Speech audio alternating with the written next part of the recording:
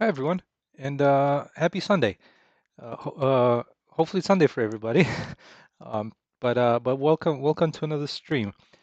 And so I'd like to thank a couple of the people that have commented on some of the previous one of the previous streams. It was always great to have because again, uh, this is a great reason for streaming. There's things that I don't know, and um, just hearing from other people with some suggestions on, performance improvements or like some changes, and which I'll definitely look into is always amazing.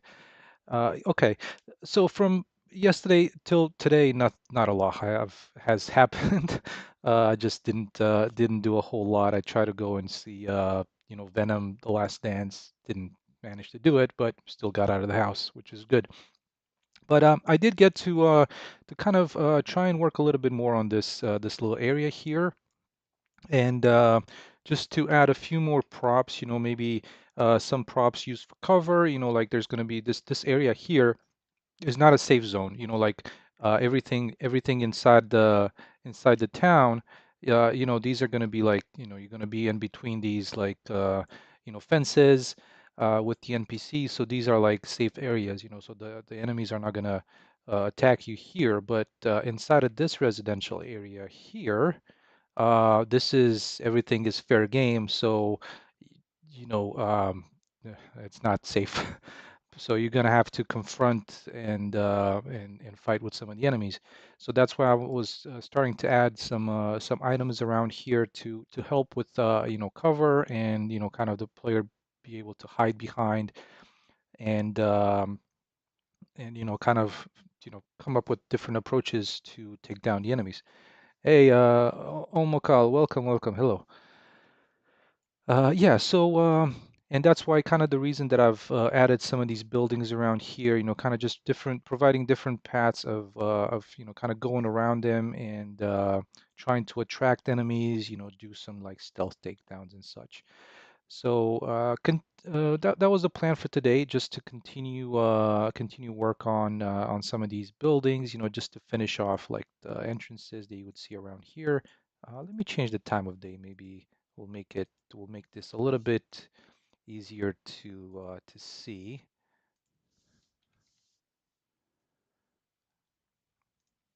So let's just go to like daylight. We got a little bit more light in there. Yeah, so as you can see, I've from yesterday to today, that's pretty much what I was doing, kind of playing around with placing some of these apartment buildings, just to see what would work, and also added this kind of these steps, up behind this building over here. So today I was thinking of continuing some of this work and getting this area finished up so that things are looking okay. Like you know for example, this is a simple example, just these steps right here. Getting this done, kind of this backyard here, like behind these houses. Trying to see what we can come up with. Maybe we'll make some change so that this is a flat surface. And yeah, um, that's the plan.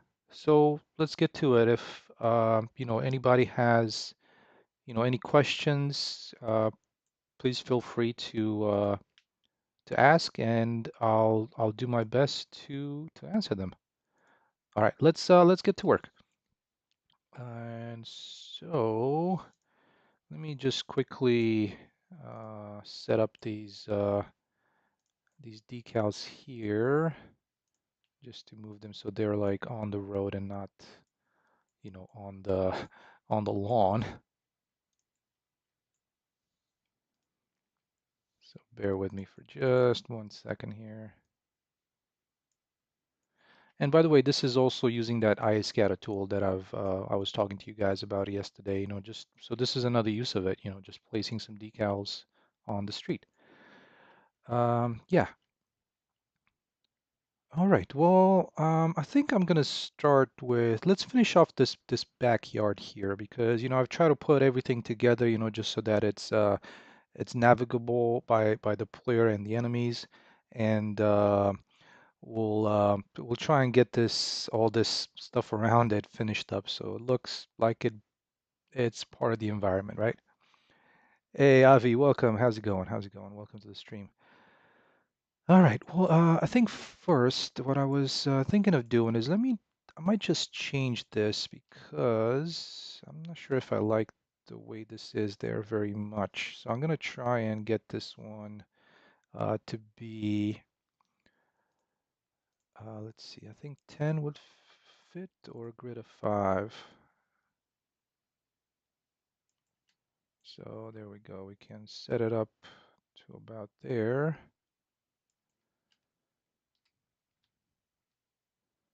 Okay, and maybe I'll remove this one and use this instead of it. And I've also changed some of the materials just to give a little bit of variety in this in these concrete blocks. Let's see, maybe we can move it to about there. That's good. So what's nice about these scans is that they're not, since they're not flat surfaces, like kind of just a flat plane, there's not going to be a lot of like Z fighting between them, because they're going to overlap. So that's another reason that why I like these scans. Let's try and position this a little bit better here. I always miss your stream. Oh, uh, yeah. Oh, that's awesome. That's good to have you. Happy to have you here. All right, so this one is going to be kind of like a backyard. That's what I wanted to have it in here. So let's try and we're just going to use these pieces like we've done yesterday. So there we go. We have a little bit of a backyard, and just adjust um, this scatter tool here so that we can get a little bit more. Oh, and another thing that I wanted to mention, I've done some preliminary testing in where I took everything that's in this, just in this zone here, and I've created like a level instance out of all these. So each one of these is a level instance, right?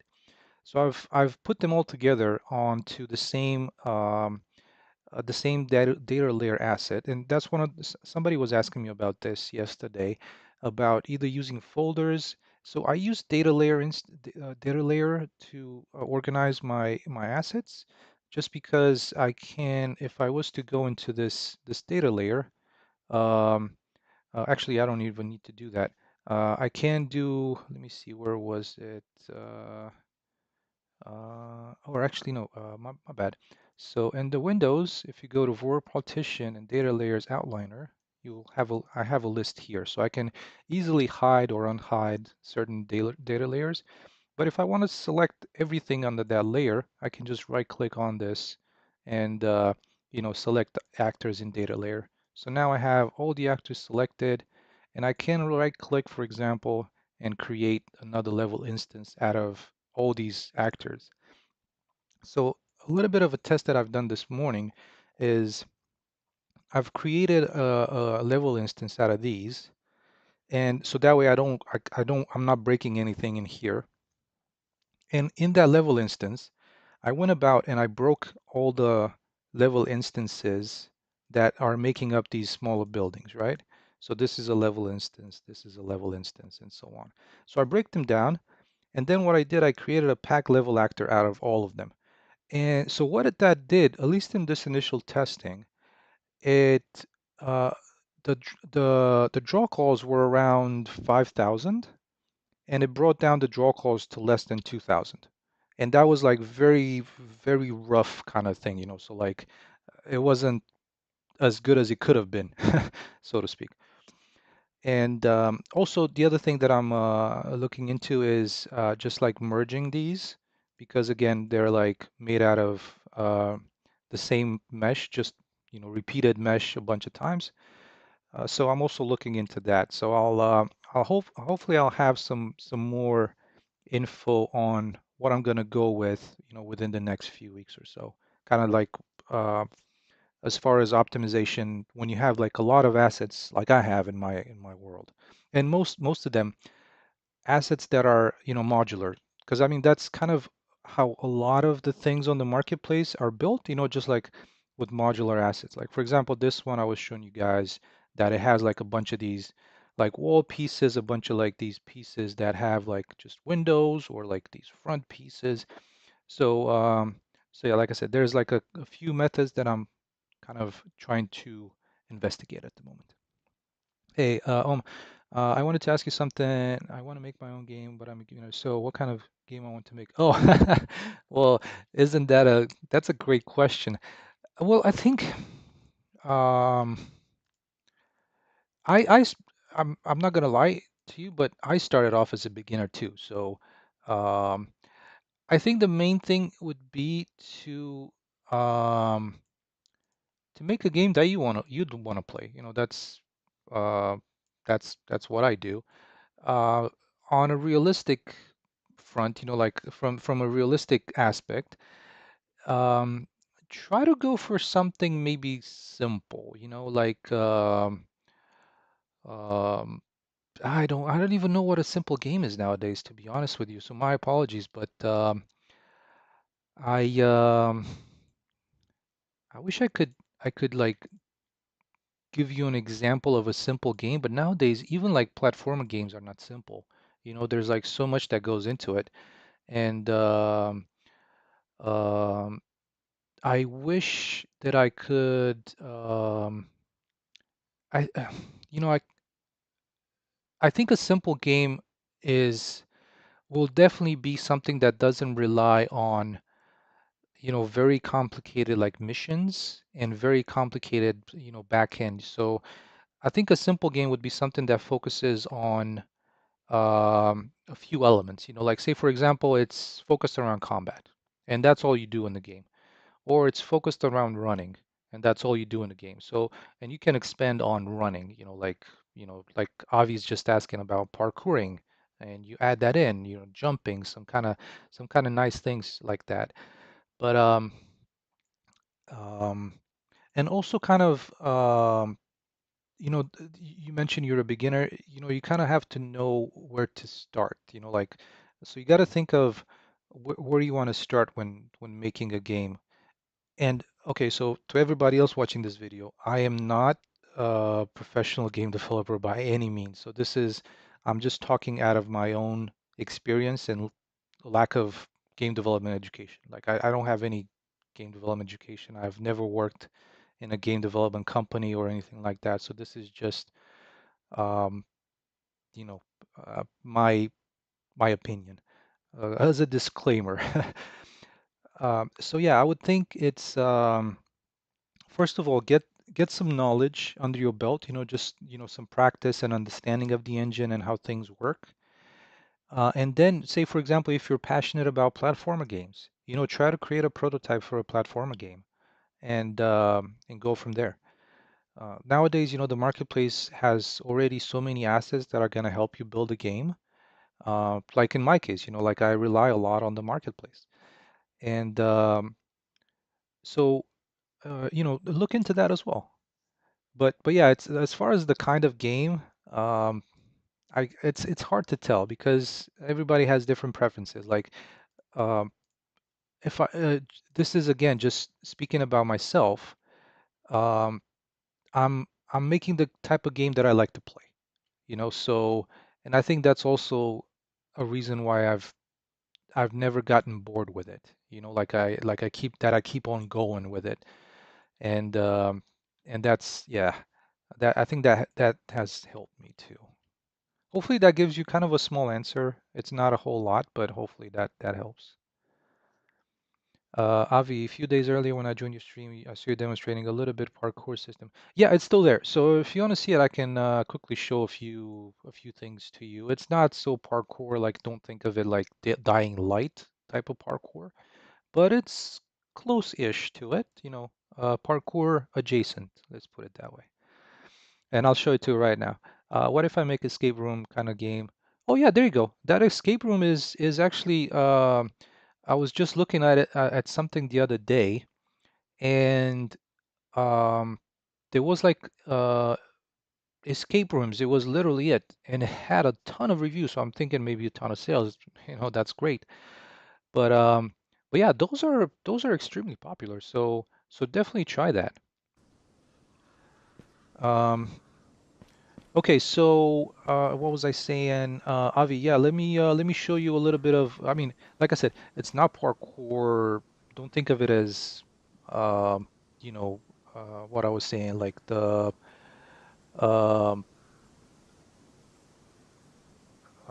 the days, the dying light parkour, you know. So, but it's parkour that you can, do things like this. You can climb over obstacles. Um, I forgot to turn down the volume when you're running. So, things like this, like you can climb over like little sections. So, so yeah, that's the thing, don't think of it like, um, let me turn down the volume because this guy is really, really, really panting. But like for example, if you were to fall and like you could grab onto a ledge like this, so you can kind of traverse the terrain in this way. And actually, that was a good test to see how these work. So, for example, like you want to climb over this, you can do that. But or you want to climb up top here, that's going to be something to uh, to play around with, and also some areas that you're going to need to reach by climbing over these things. Um, Hey, Shriman, I'm new here. Can you tell me what you're making? So yeah, this is a first person. It's a first person single player video game, and it's a storyline. Single player again, because those are the types of game that I play. I just kind of mentioned it to Mokal, and so that's what I'm trying to make. And so this game is the way it starts. If anybody else is interested, so if you joined, you'll find out. So let me take you from the start of the game. Um, and so that the way this starts is going to be through a plane. So you're going to fly into this area, looking for a couple of friends. They haven't heard from in a while. So this is kind of like the view from the airplane when you fly in. So, you got like a little bit of a photo with the guys that you're kind of looking for and you're trying to find.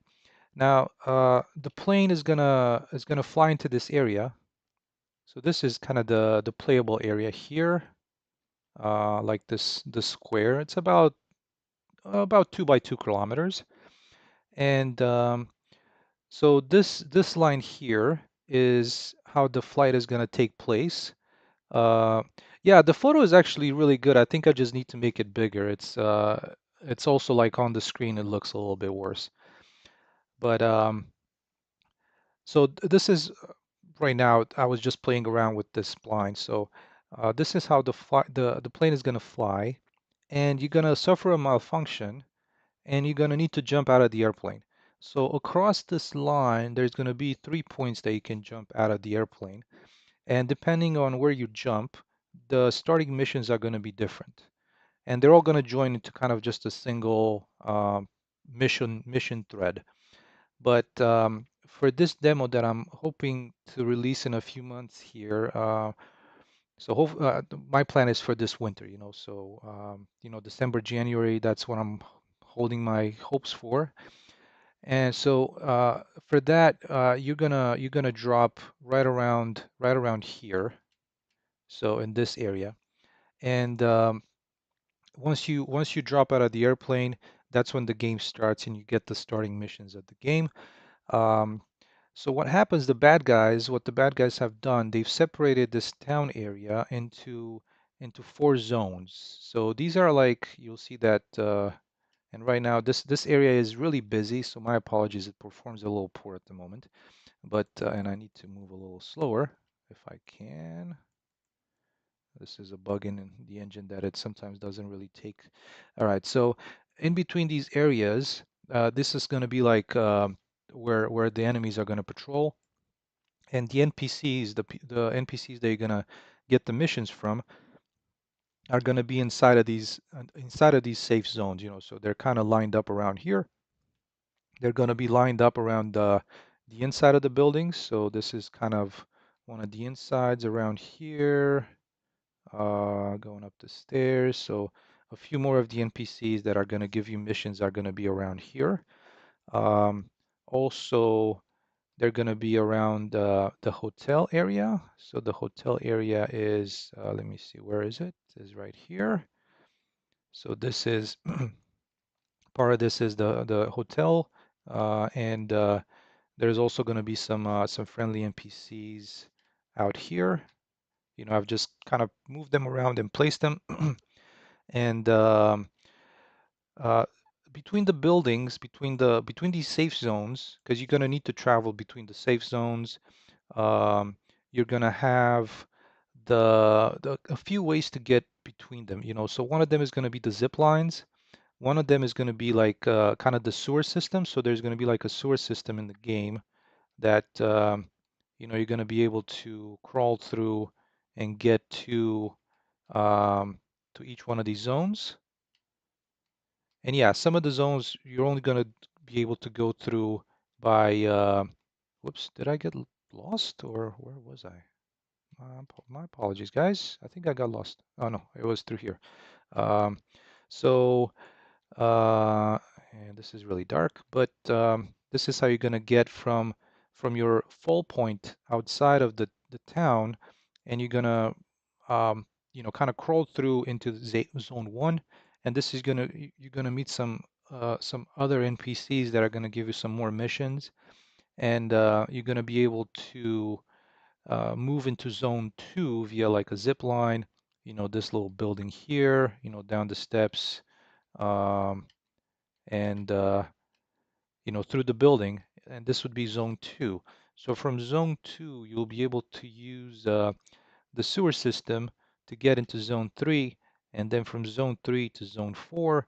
And there's also like a couple of other areas in town that are not safe, and those you got to be careful with. Um, Now, the other part of town is this residential area, which is not safe. So this is also going to be patrolled by enemies, so you have to deal with them.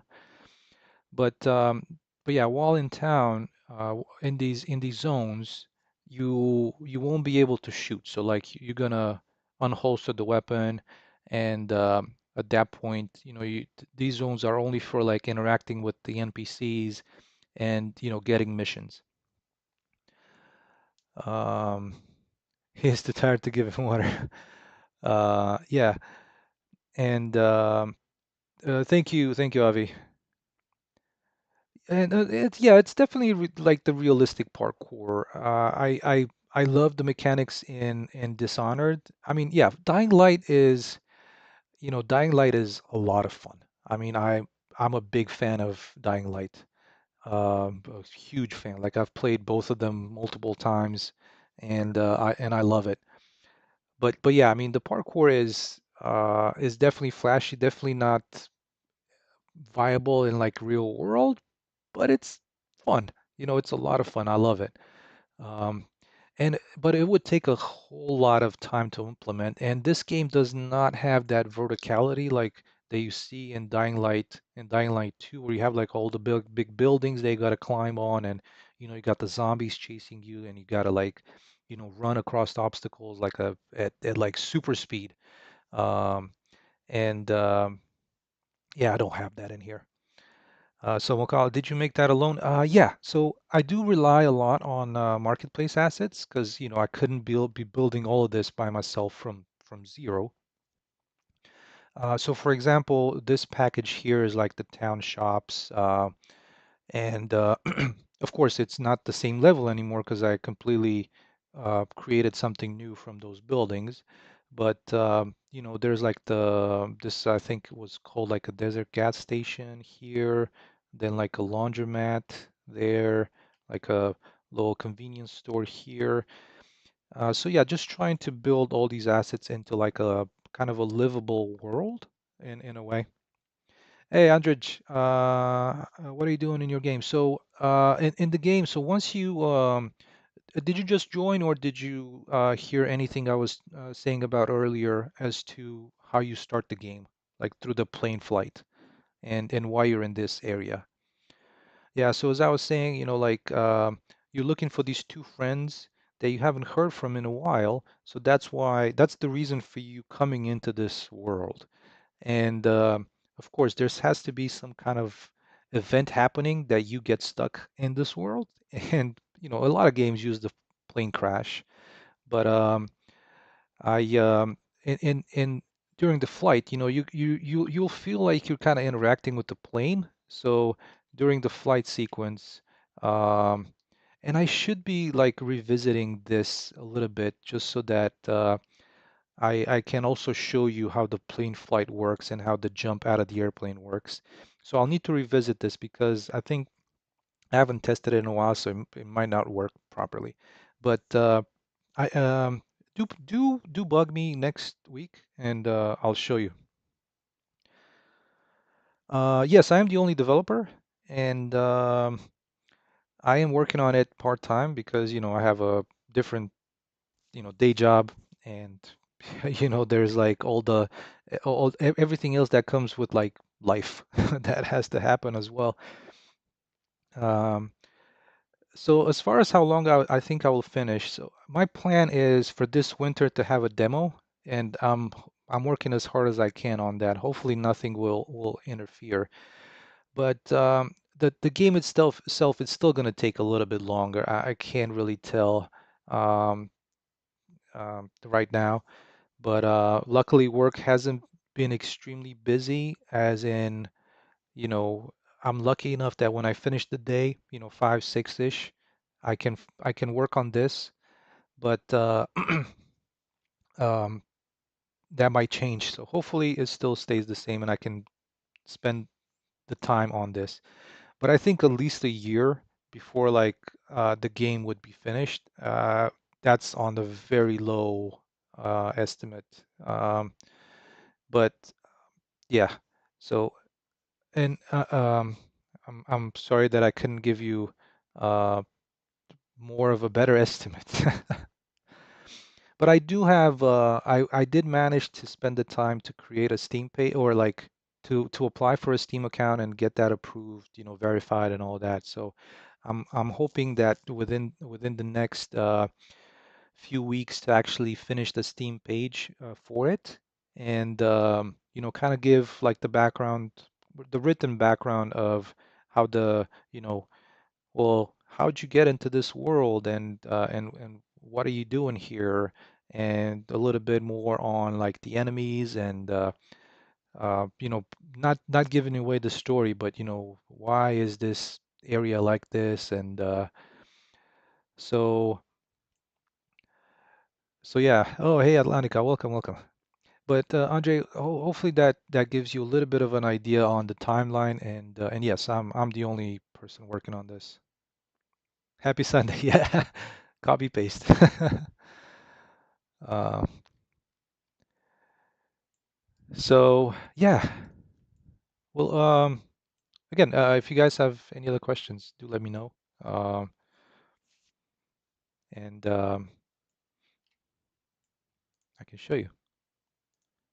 Let's try to get some more of this going here. We'll see what we can achieve.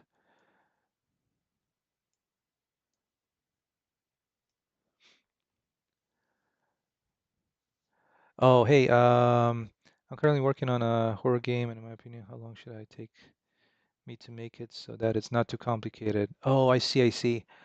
Ah, good question. Just like who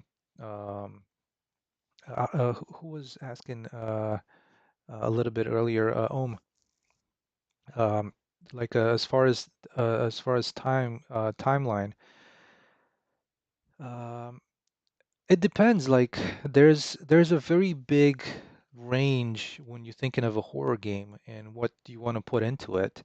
If it's just one of those, chase me down monsters, like the monster chases you, if it catches you, you're dead type of thing. There's no combat really in it.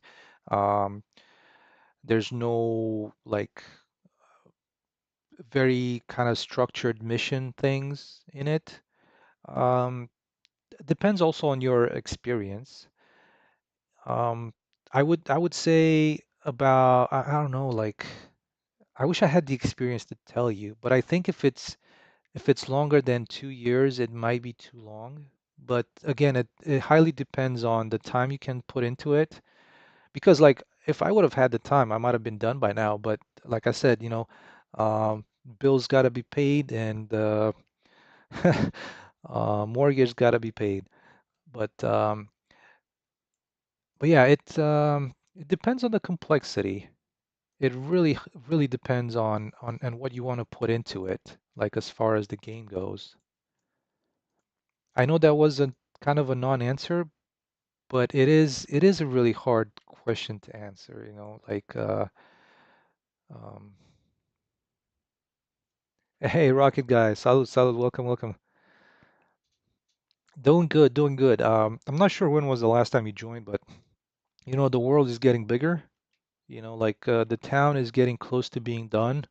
Close-ish, I would say. Also, the residential areas, I'm getting them put together a little bit more, um, and I hope to get those finished within the next few weeks as well. Um, so, do you care more about working on UI or landscape editing? What do you mean working on UI? I mean, because they're a little different kind of question kind of things. Like there's like the game UI and then there's the landscape editing. Or were you referring to like the um kind of the world design, the level design? Excuse me. Oh yeah, yeah. I think that's much better. Yeah, that's it's been a while. It's been a while, but good to have you. Good to have you back. I've been trying to stream regularly on the weekends.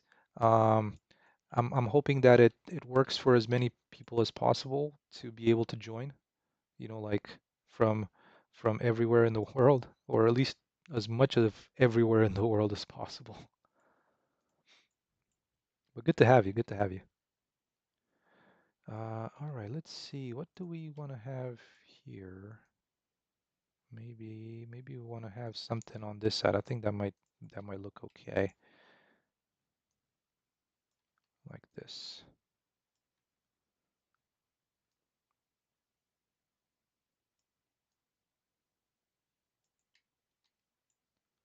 Yeah, there we go. I think that might do it.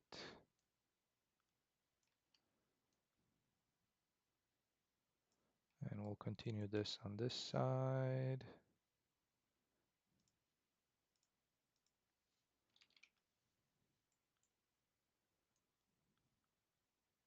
There we go.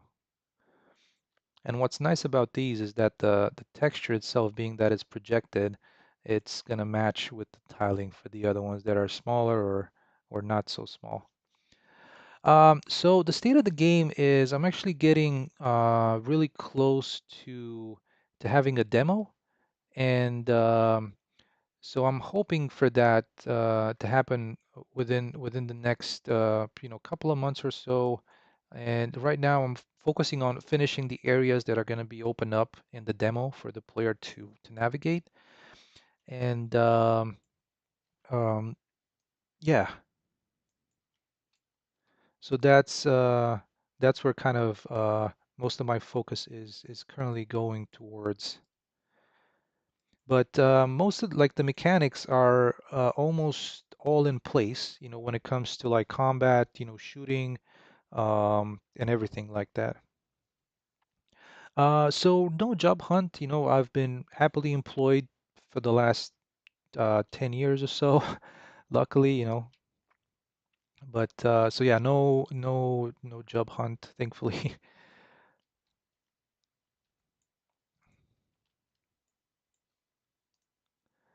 This is my other job, if you want to call it that. It's a fun job.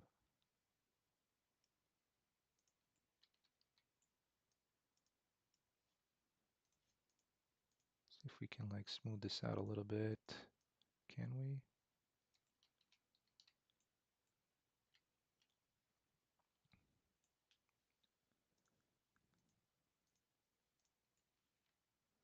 Oh, come on. Can I just get this little bit here?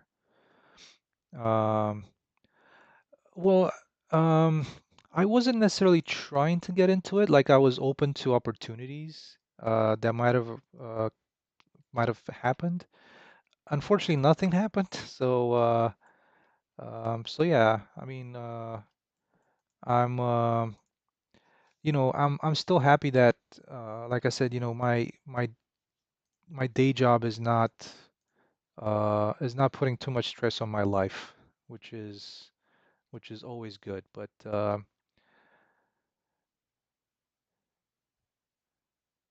yeah, I've had some people ask me about kind of joining, different teams.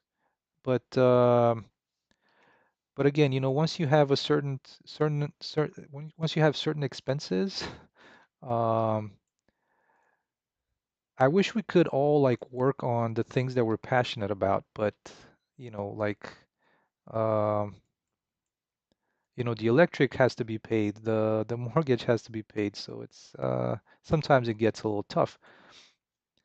Yeah. But Andre, I didn't answer your question because I didn't really understand it. If you could clarify that a little bit.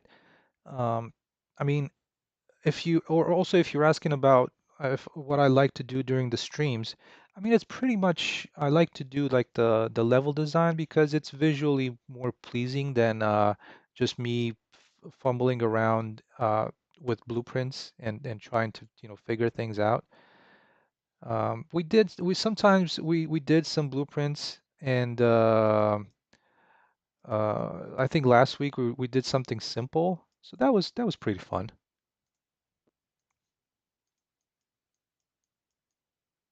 See if I can get this one to be a little bit, higher up over here maybe, or is it too much? Just to help with the transition and also with painting some of the grass around here.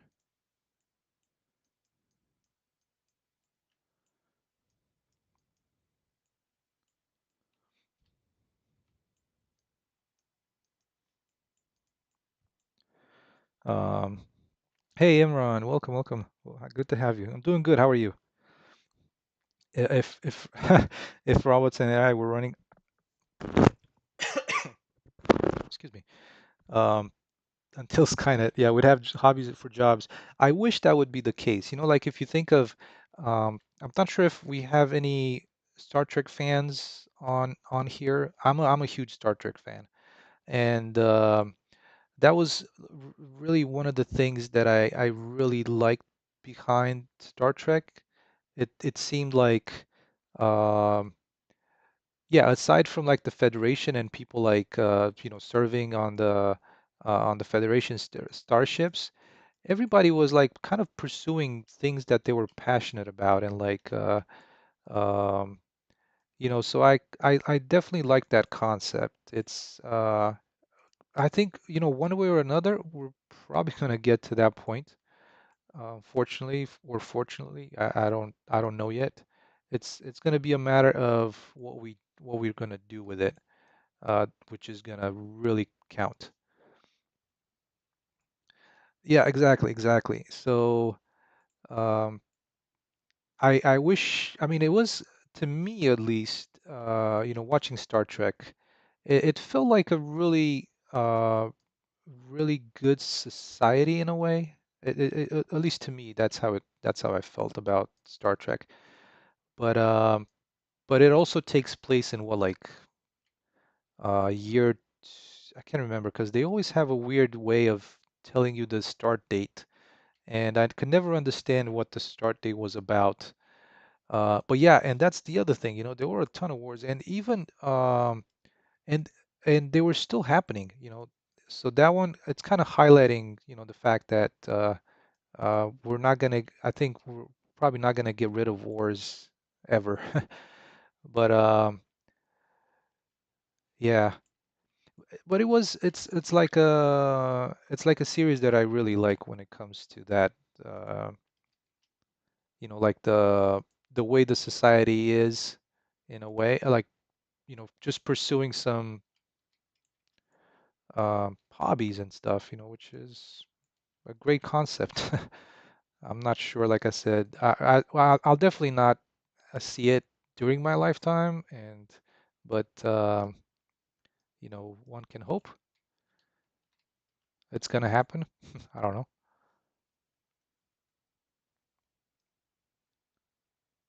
So yeah, let's try and get some of these kind of veggies showing up in this space here.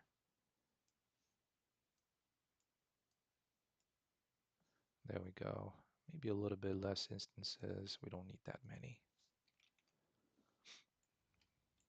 There we go. So, and actually, let's bring them up a little bit. Like that.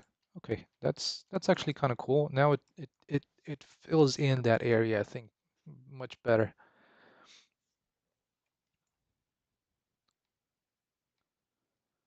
All right, so these stairs are almost in place. Let me try and finish off this area back here. This kind of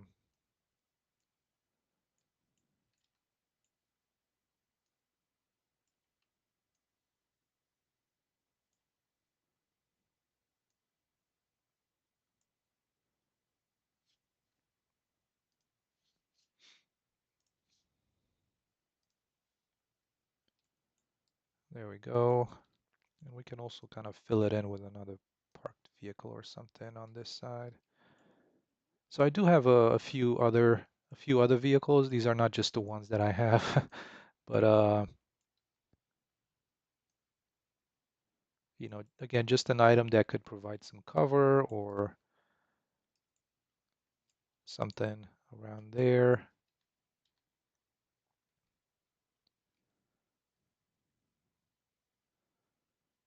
All right, that's pretty good. Kind of coming around here. Back there is looking all right. This area we can try and fix up a little bit. Can't remember what this is. If it's like a scatter tool, looks like it's a scatter tool. Let's try and adjust the values. It's actually kind of interesting. Does this reset once you move it? Okay, no, it doesn't. So that's good.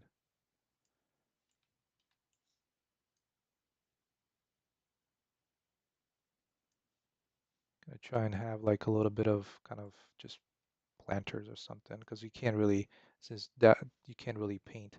Oh, so what happens is it resets once you duplicate it. Okay, it's good to know. There you go. Uh, well, so um, it kind of is in a way. Um, so like all the friendly NPCs are not here anymore. They're in town. Well, in the story, right? But um, but the bad guys are still going to be patrolling around here. So in that regards, is not abandoned. It's not like um, it's not like been abandoned for like decades or something like that. That's why, I didn't put too much like wear on the buildings or any kind of like, you know, uh, broken things around here.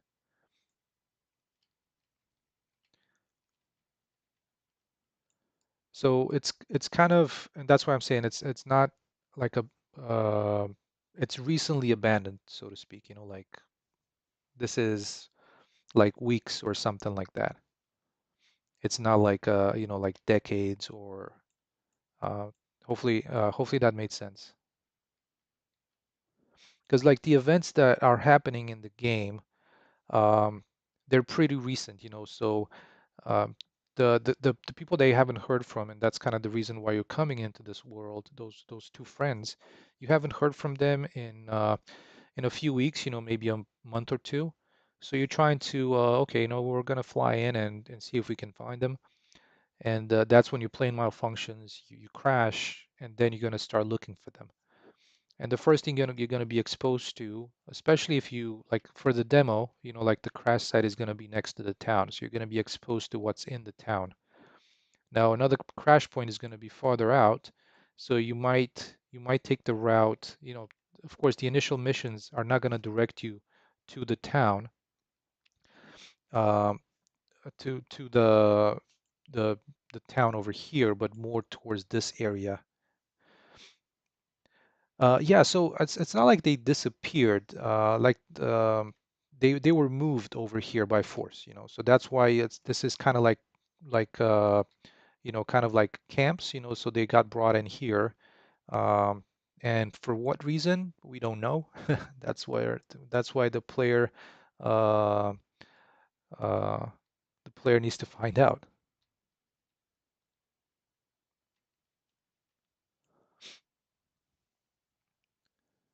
Oh yeah, for sure. That's definitely it.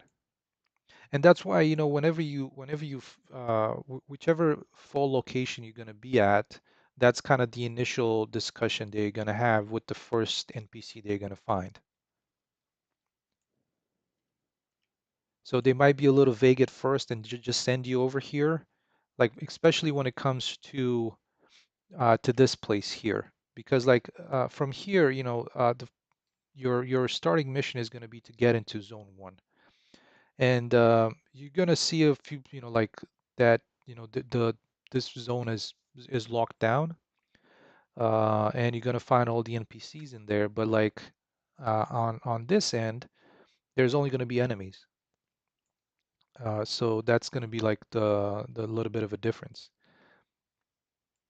And uh, the other full location, and that's why I'm keeping it for later because it's gonna take a little bit more doing. Is also gonna provide you with kind of just like simple weapons. And I think what I'm going to start with is going to be the bow, just for like, kind of stealth work. And that's how you're going to get here.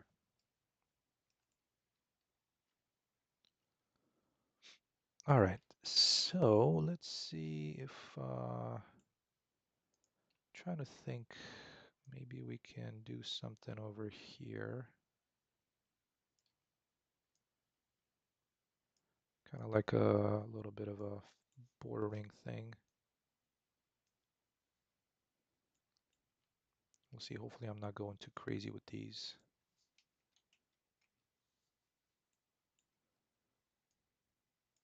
But since they're all the same asset, I think it's going to be okay. Once whichever way I'm going to go with, I think is going to be okay. From an optimization standpoint is what I'm referring to.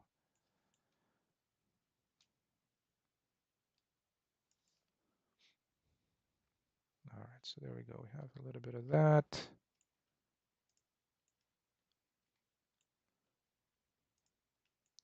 Oh, and this is actually an instance foliage actor, so they shouldn't populate those areas.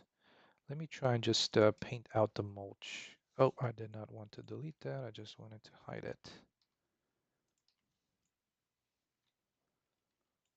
Since I have the trees only show up where this mulch is, I just need to paint that out with just dirt, because dirt doesn't have anything coming on top of it.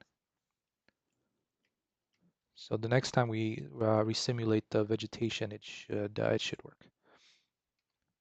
All right, so there we go. We have that back. This one's in here. Let's do the fronts of the buildings, kind of like we did over here, and then we'll join it into the street sidewalk. All right, so let's start by what on this end. And let's go start with flatten, and we'll pick like right around here. So we flatten this to about under the door. Okay, let's just move the sky a little bit so we get a little better, some better lighting on this side. There we go.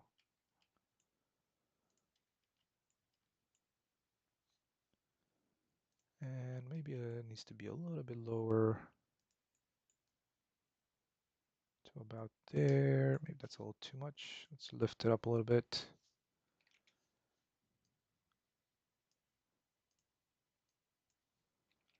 $60 better.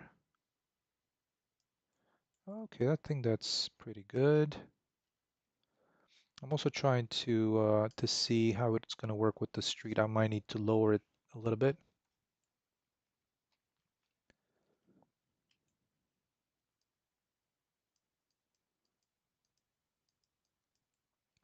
Okay, so that's pretty good there.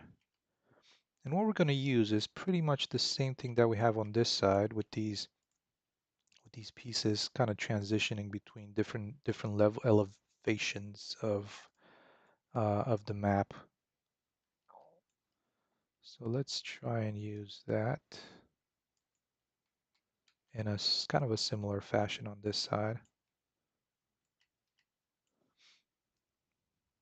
This was kind of one thing that I had to play around with for quite a little bit because I was trying to see what would be the best way to make these or how to get these transition to work out. And but it's a lot of fun, trying to figure out these things. All right, so for example, like here, this one is going to be on a higher level, but I need to um, kind of allow the player to come down to where the entrance to this house is. So hence the stairs and this kind of this separating meshes here. Luckily, mega scans are still around. All right, so let me grab one of these sidewalk meshes.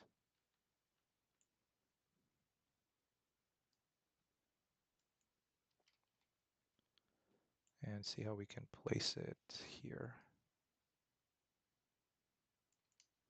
So I'm going to try and get this one to be at the entrance level for this house.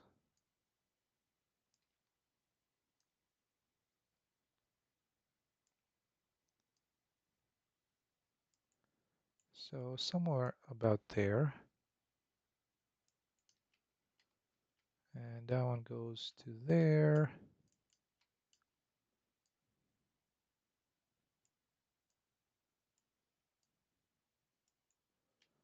All right, so a pretty good transition between these two surfaces. And then it goes on to that side. I'm just going to use this also over here.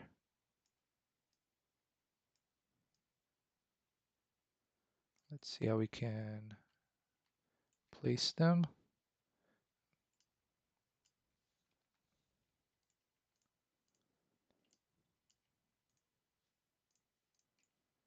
So this kind of like civil engineering part of of game design is something that is really enjoyable for me.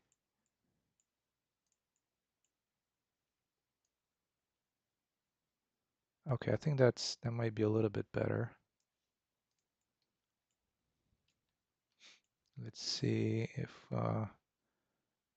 this one can be right there.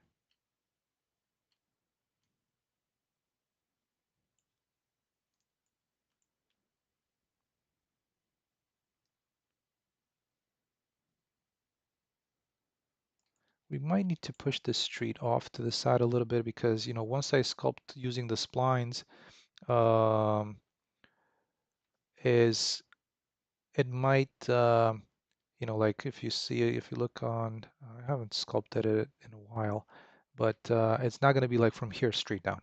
It's going to have a little bit of a fade. And while this one's not terribly bad, I'm not entirely sure if it's going to end up that good. So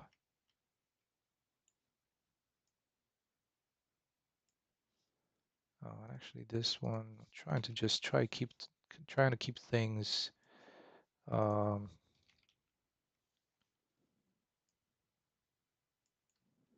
on as much as I can on like a uniform scale. You can be a good civil engineer. Yeah, that's a good point. Never thought of it. Uh, yeah, but thank you. Appreciate that. All right, so I think these ones, oh, actually maybe in here, I'm just gonna try and use one of these meshes.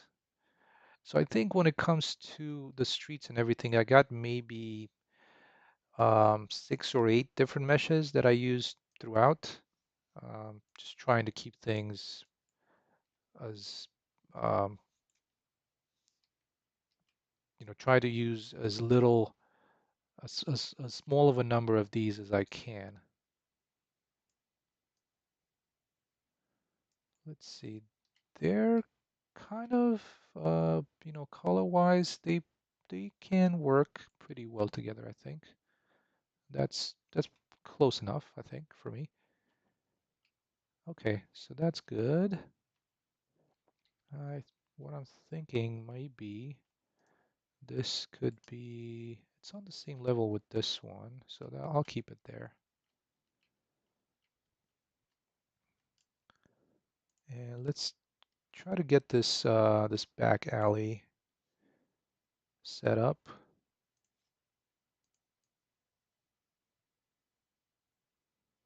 Also try to sculpt this down to below the door.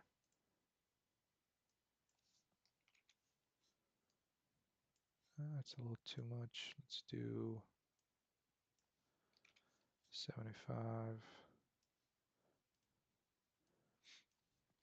And these are always like kind of the fun times for me too, because during the week I mostly focus on, kind of just bug fixes, gameplay stuff, and at least I get to do the fun stuff with you guys. So that's good.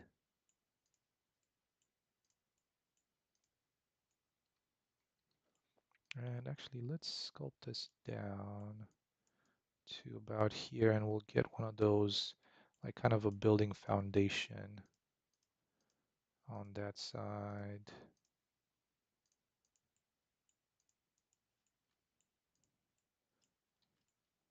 So let me see where I can grab one from here, and also one of these cool decals. This is such a cool pack with these kind of parallax occlusion decals. It's awesome.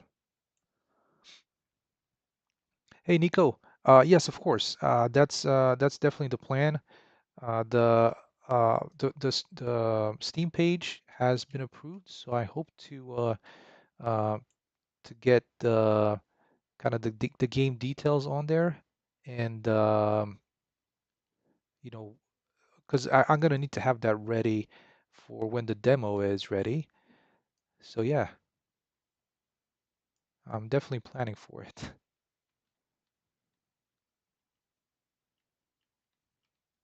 Yeah, thank you so much for asking and joining. Good to have you.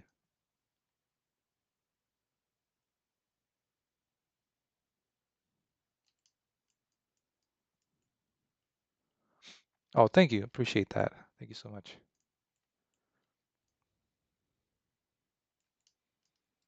And so as I was saying, this is a really cool decal, and it's just parallax occlusion.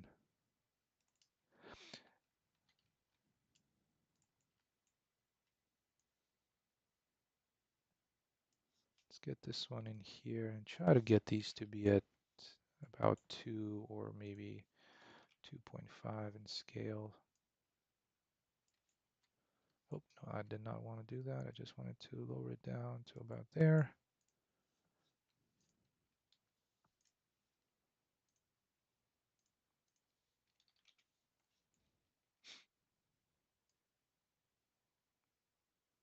There we go.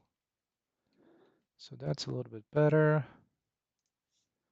And since this mesh is not as straight as the other ones, I'm going to be able to use it kind of back here, so it provides that transition between this and kind of going behind here. So this would be where like kind of a trash bin will be placed, some like a barbecue type of thing. So let me try and get a little bit more of a different mesh in here. And actually, I can bump these up a little bit more. They're not gonna show too bad. So there we go. We can use this one here with the little potholes on the side of the building. Just some damage, water damage, whatever. Let's get that in like that.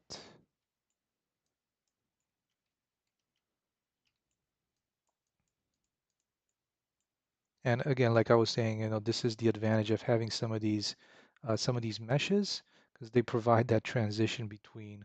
It's not just the slope, like the terrain is sloped, and just smoothing things out a little bit. There we go.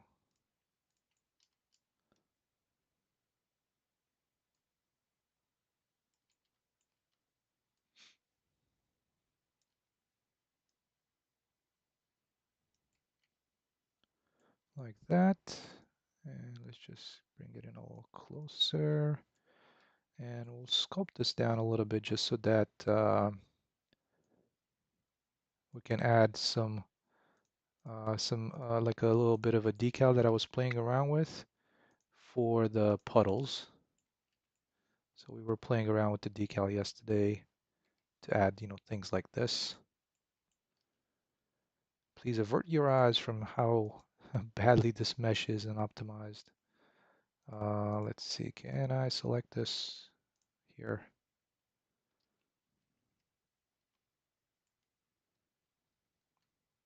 I think I can. Apologies if I get anybody dizziness or vertigo just moving around like that. All right, so let's try and place this around here. Oh, that actually, I never tried it like that. Oh man, that's actually pretty good because these meshes are not flat, so you can add one of these decals that's got a flat normal, and it looks like a puddle. I mean, it is supposed to be a puddle, but I did not expect it to fit in so well. How do you manage footstep audio having so many different surfaces? Oh, they're actually pretty simple. It's um, it's called an anim notify. So on uh, on each step on the animation, what you add this notify that what it does is when you hit the surface, it does a line trace. So it figures out what's the surface physical material that it hit, and by doing that, you each one of the materials, like here, this one has a physical material, so this is concrete. And within each one of these physical materials, you got a bunch of, types of things. But you got the surface type, which is concrete. So depending on the surface type, I play a different type of audio.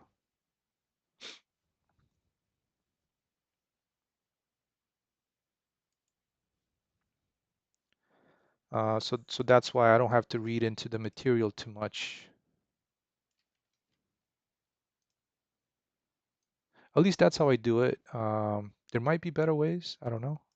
Uh,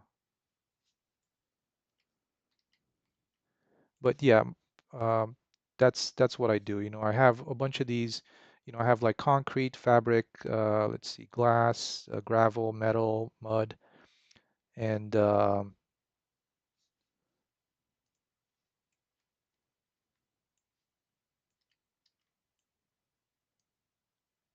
yeah, that's how I handle it.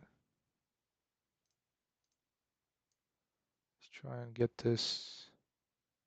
I am really liking this puddle. I honestly haven't tried it. I've tried it before on meshes like this, but never like where they join together, So I've tried it in this areas, but I haven't really tried it in like areas like this, you know. And Imran, if you're ever interested, let me know and I can probably find it and share it with you as to how the footstep is being done. So let me try and get like a little bit of a puddle in this. Okay, that's pretty decent. I have to say, like, I am a big fan of Lumen.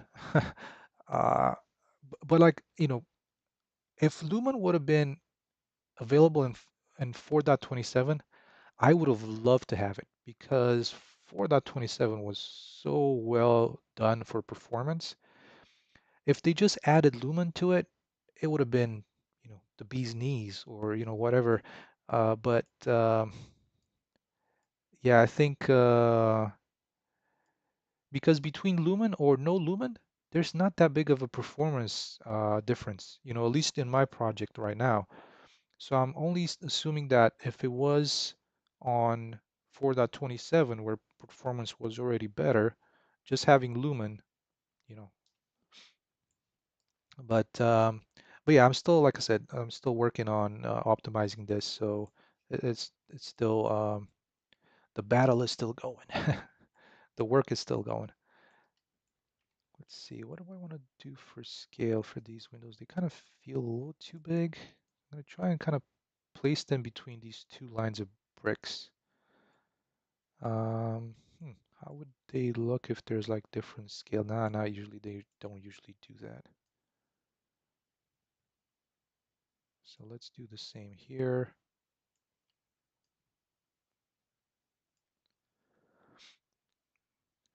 Yeah, totally. And I think,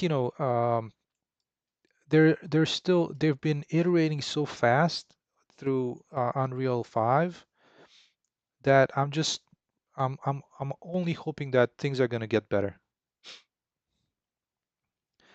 Yeah, the new I think they did give the ability to download all the Fab the Megascan assets through Fab. I think I remember having, given the ability to click on it and do that. But I am still waiting because it still doesn't work uh, perfectly. Yeah, so also one thing that is kind of interesting, like with these new assets that I brought in that I've moved in this region, they still when I copy them, they don't get placed by default on a data layer, which I don't get why. Like that thing gets cleared out, like the data layer asset. And they also have these two. I mean, what's the difference between this and this? There's like data layers. There's an option here that you can't, this doesn't work. And then there's the data layer assets. It's pretty odd.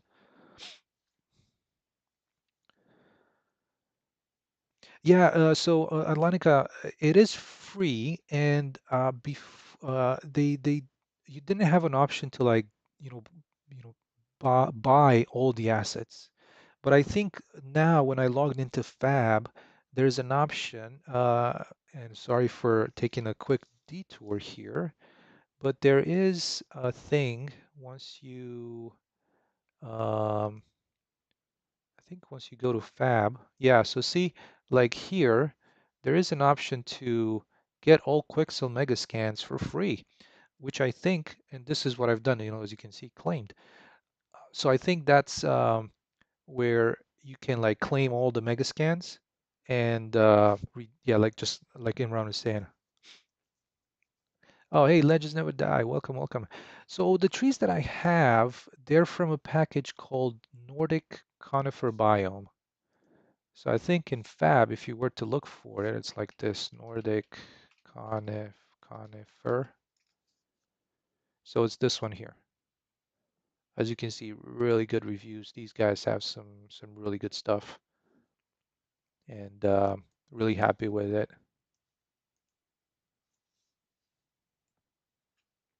because uh, this is probably a preference of mine, but I really like conifer trees. And all the games that I've played with conifer trees, I'm not sure why I really love the environment. like Far Cry. Far Cry was the best. I think Far Cry 5. To me, that Far Cry 5 environment was, I think, one of the best ones out there.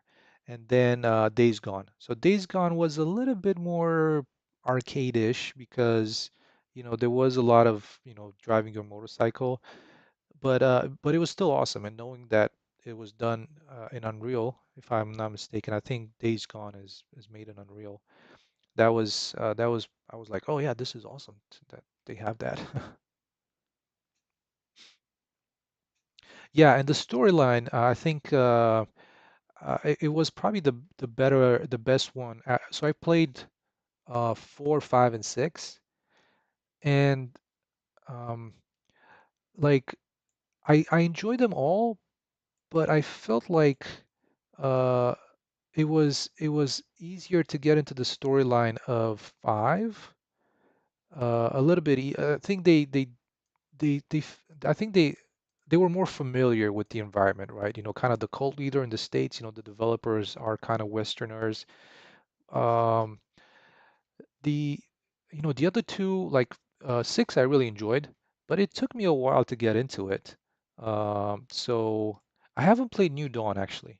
I was thinking about getting it, but I've never I've only heard, I wouldn't say bad things about it, but I haven't heard any good things about it. Let's put it that way. So all right, so we got this section here, and so we got the transition going up the hill from here, which is good. Let's try and get this section there. Oh, it was. I mean, it felt interesting in a way. Um, like I was really um, I wouldn't say disappointed with how Far Cry 5 ended up. Um, but I was actually curious to see if they're gonna continue it because it did feel like there's gotta be something else happening after you know um, after what happened. I'm not gonna tell you if anybody else hasn't played Far Cry, but it Far Cry 5 kind of ended like you wanted more, and I wasn't sure if we were gonna get anything more. So in one regards, I'm a little excited that there is more, but yeah, I've just seen people kind of being a little disappointed with it. Like I wanted to see how the world uh looked after the end. So yeah, that was the thing that I didn't sit too well with me either, you know. So like everything is pink. Why? Why is it like uh, the events that happened in Far Cry 5 led to everything being pink?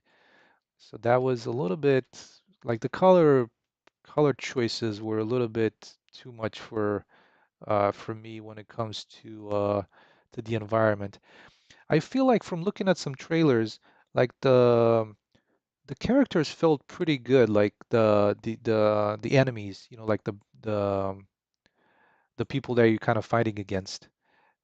They it felt interesting, I kind of like that, but I am I have yet to play it, so I think I'll definitely play it just uh, because I've really enjoyed, Far Cry 5. So I'm definitely gonna give it a shot to see how it is.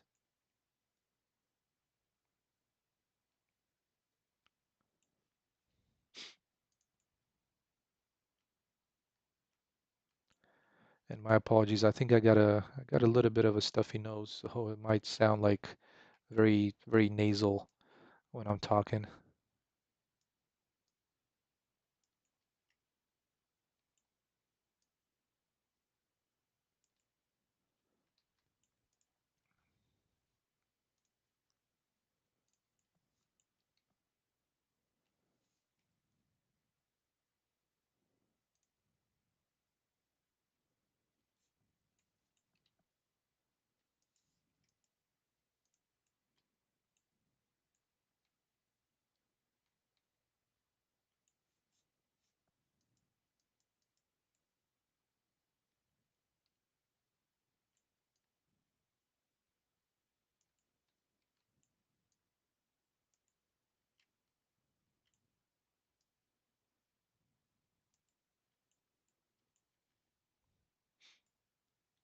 Oh, so Atlantica, you didn't get to finish New Dawn?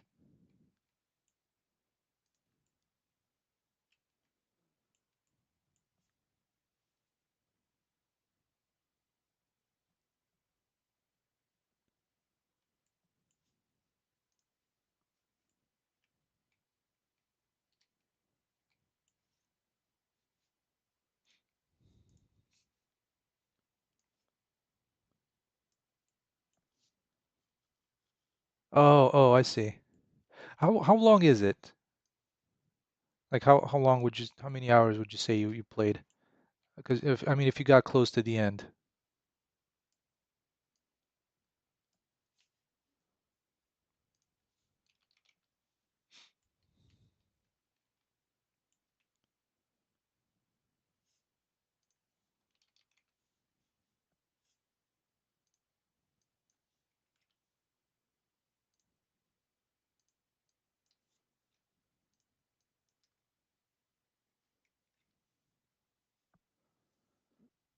Oh, I see, I see.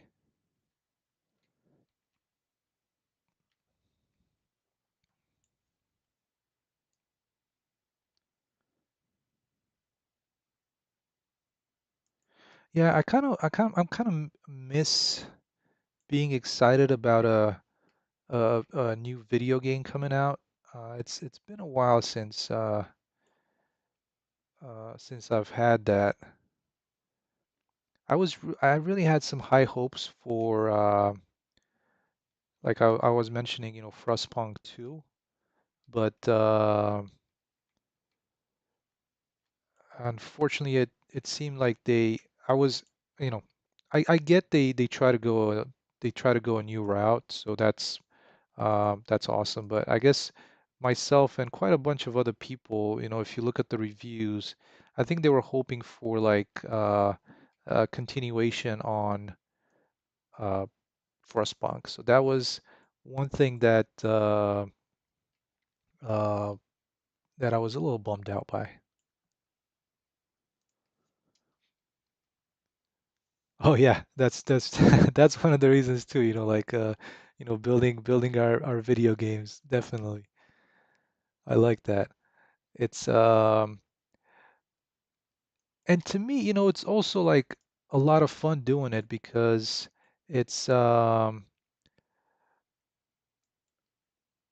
was I gonna say? I've been working more on my game than actually playing video games recently. So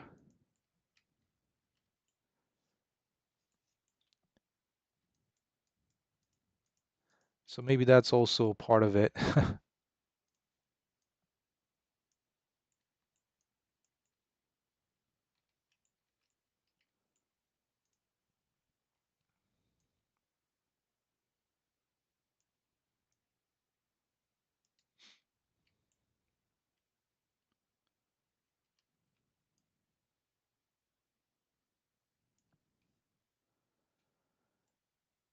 Yeah, that's definitely it. That's definitely it.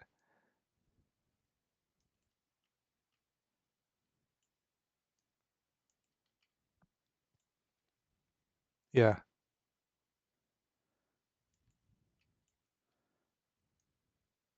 Yeah, I absolutely feel the same way.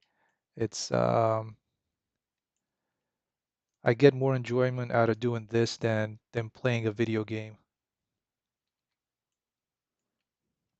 I think one game that I still didn't get around to playing and I really want to do it is Red Dead Redemption 2. I think everybody that I know has played it and I still haven't. And I mean, considering that it looks like everybody loved that game, I need to play it. I have to.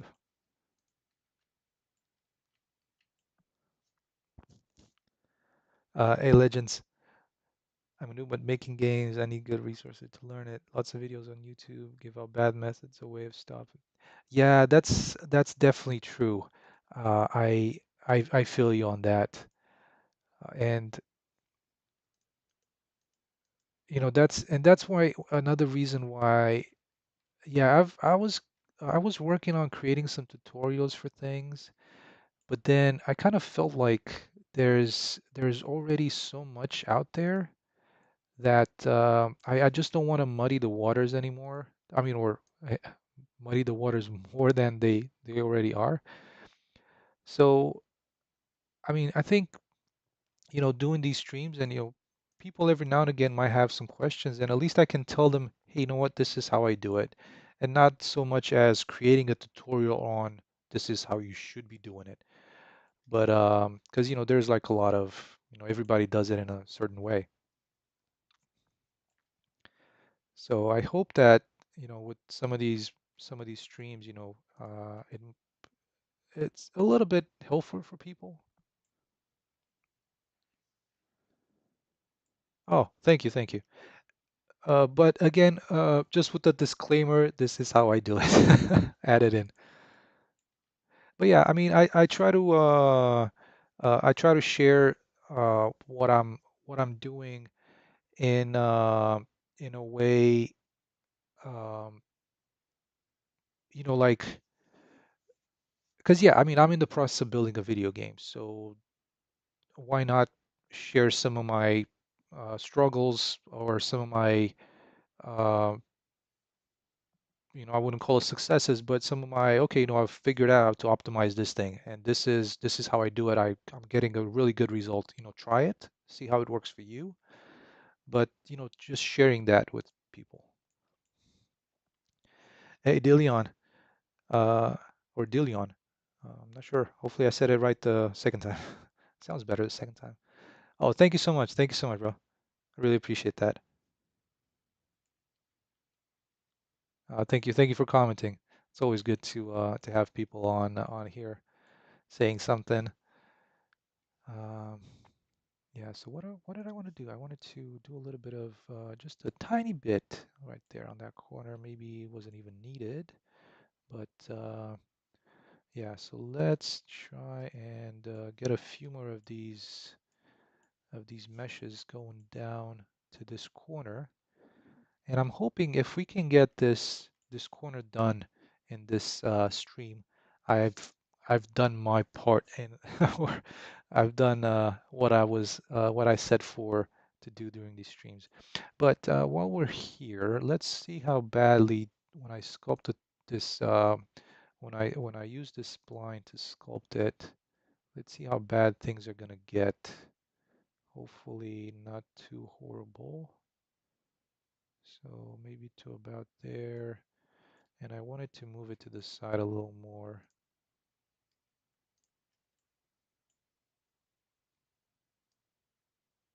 Maybe I think that should be enough so that I'm not messing up this lower section.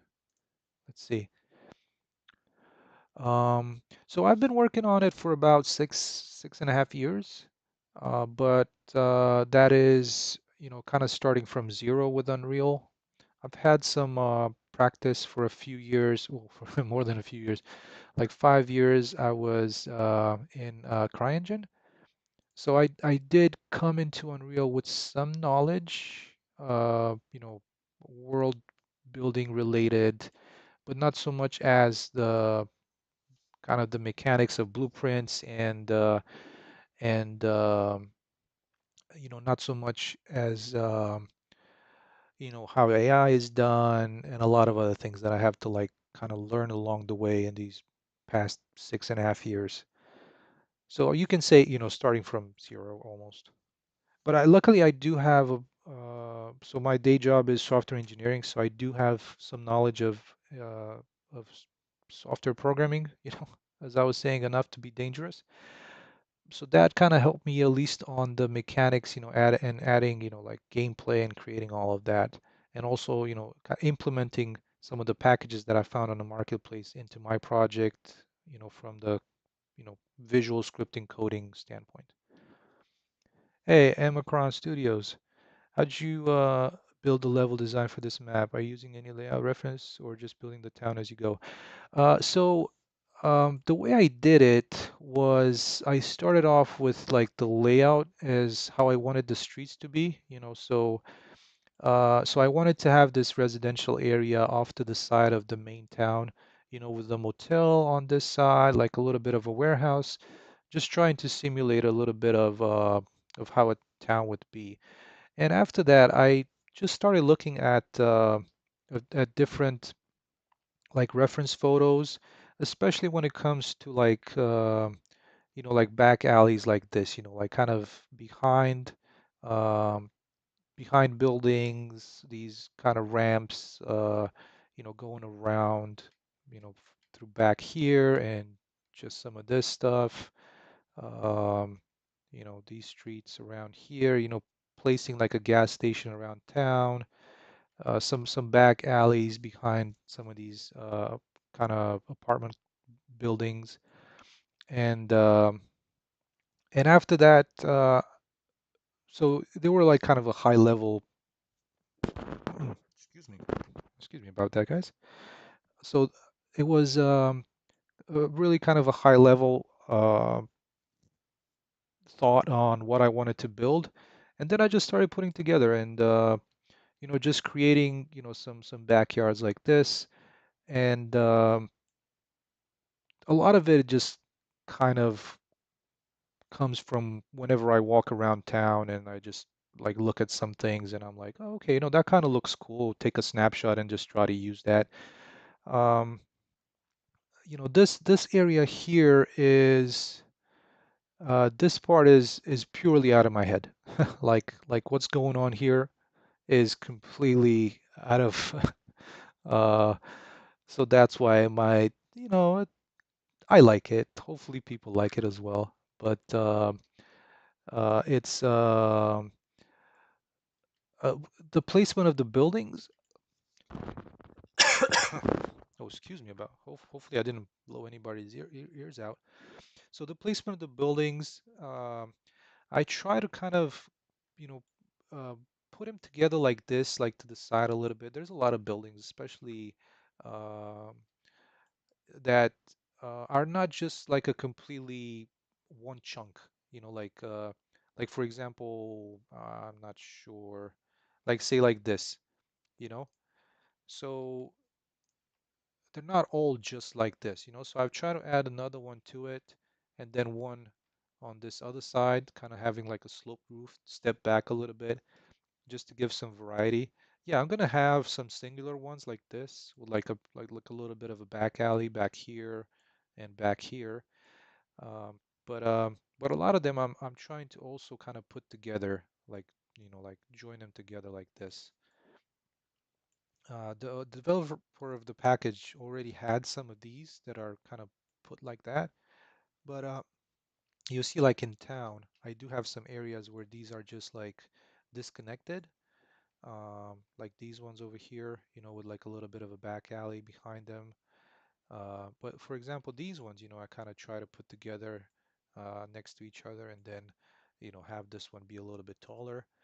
Um, Also in here, you'll see like one of them is a little shorter than this one. Then over here, like this one has this center section that's, taller, and it's kind of joined with this entire block. This section here also kind of the same. Um, so yeah, I do have like, singular buildings when it comes to thinking of how that works. Like this one over here, maybe this one that's separated with like a little bit of a back alley. The same ones with like these ones over here, like another back alley, one here as well, and then a block on this corner with another back alley and like an apartment building. Um, so yeah. Oh, thank you so much. I'm really happy you like it. Um, yeah, that's one of the things. That's one of the things about. And I think I'm not sure where I got that from because Far Cry doesn't have that much elevation. I mean, there is some changes like towards some portions of the map where you go. There's some explorations where you go up a mountain or something. But when it comes to like the what would be inhabited areas, It's all flat, and I totally understand because it's a lot easier to design. It's a lot easier to do like procedural stuff on. Like before I started doing like, I kind of thought about, doing these steps to transition around elevations. Um, I was like kind of beating my head as to how can I make this happen so it's not just the slope in the terrain, because you can have just a slope in the terrain, but it's not like urban town. So once I added this in, I'm like, oh, I think this is gonna work. And I like the player to be able to come from, down here, up the steps. Again, some gameplay opportunities, like kind of cover or hide behind here, if there's like some enemies patrolling around here. And up the steps all the way up to here, some more steps up here, then all the way up here, there's like some other inhabited areas, or formerly inhabited areas. And the same thing, back here, there's like some more of these back alleys, and usually like the sides, I'm gonna leave the sides to be like kind of single residential homes, so to speak. Oh, is anybody else having issues with the audio, guys? Let me know. Hey, Grimmer. Oh yeah, so Karen, hopefully that gives you an idea of what my thought was going into it. And of course, um, having the town be on a little bit of a lower level than some of this other areas. Oops, and I need to fix this terrain. But yeah, that was what I was trying to do. So thank you so much. I'm really happy you like it. Yeah. And DeLeon, hopefully I'm saying that right. I like that. I like that nickname. But yeah, like I said, about 6.5 years, given the learning curve as well. So yeah. Hey, Grimmer, welcome, welcome. How's it going? It's going good, going good. How are you doing? Oh yeah. Well, good to have you. Good to have you back. Development is going good. I was mentioning earlier that as far as like the mechanics, I think I got everything in place. There's going to be like the process of further optimizing the world, just getting these draw calls down. And I have a couple of options when doing that. So I need to test those out and talk about them with you guys as well. Hopefully, it might help somebody out. But before then, I'm trying to finish building this area that's going to be available during the demo, and so the player can navigate it easily.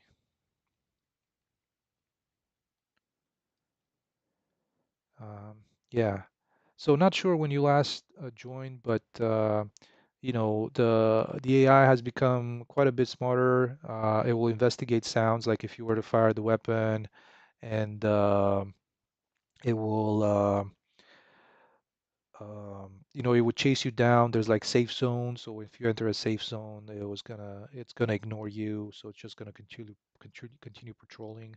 And namely, the safe zones are, for these four areas in town. So you're like all these areas that the NPCs are going to be in, like behind these fences, so this is zone 2, then this in here is zone 1. And yeah, and here it performs quite a bit worse because it's like a lot of draw calls that I need to solve. But this is zone 4. So this is where like the friendly NPCs are going to be stationed at, and these are safe zones. And you're also not able to use weapons in there. But outside of those, everything is fair game. All right, so let's see if we can get some more of this stuff added in here and see how that's going to turn out. Um, hey, Macron, are the pothole decals from Megascan or from the marketplace? Mind sharing the name of it? Oh yeah, sure. I mean, now as the do you mean like this mesh here? This is actually from a package called Underground Facility. But um, if you were asking about Well, this is not a pothole, but if you were asking about the puddle, uh, this one I couldn't tell you. I've had this forever. But yeah, this particular one is from this package that I mentioned called Underground Facility.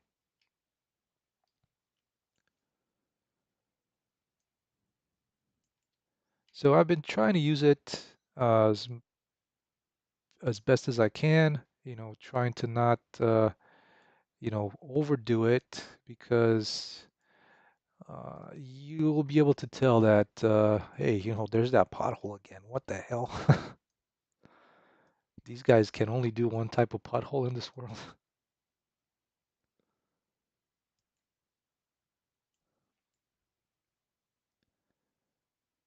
Oh yeah, yeah, but so this one is a mesh indeed, and as you can see one there, but yeah, even without it, I think once you, like for example here, this looks without the decal, things are looking pretty flat.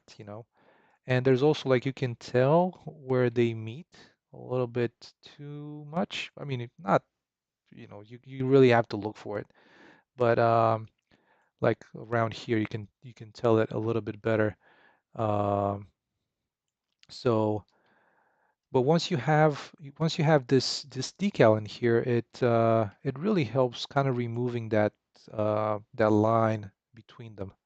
So, go decals. Um, yeah. Oh, thank you, Delia. So it is a first-person game, and so if you're interested, I can quickly jump into game mode and kind of navigate around here. Maybe if you guys are also interested, because I know there's some new people.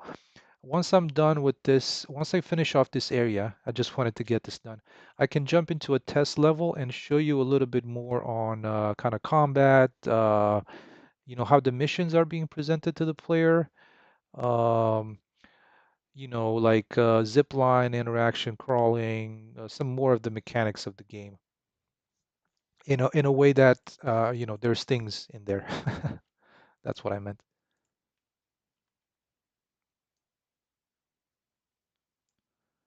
Let's see, can we get another piece in this here? Yeah. Oh, that's awesome. Okay, so we'll do it. We'll do that. But in the meantime, let me see how I wanted to do this edge over here. I think I might use this sidewalk piece because this one I can lift it up a little bit, and it might be a little bit easier to use. Yeah, no problem. Thank you so much for joining. Be a pleasure. All right, so let's see. We can try and kind of go down the hill with these. Try to just place them as best as I can. And let's see over on this side, where do we want to end?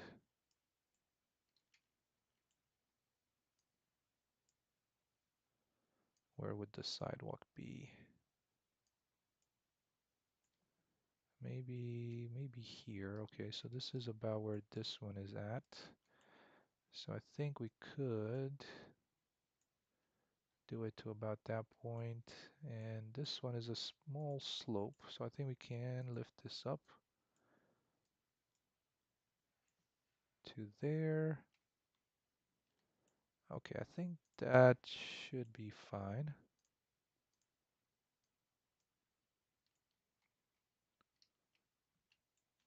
Let's try and get these two corners as close together as possible to about there. And then this piece,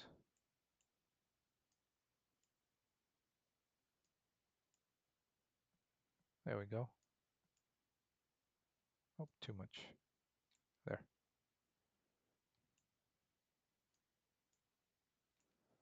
Okay, that's pretty good. We might get done with this a little quicker than I thought. All right, let's try and see if we can add another one of these steps over here. How's that gonna look? Do we even need it? Might be interesting to have. Let's see where this ends.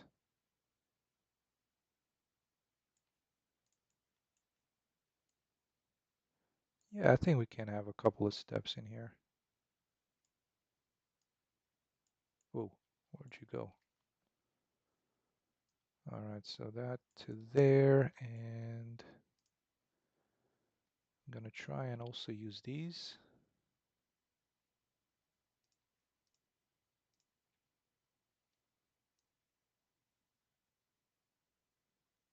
to help with this little edge here.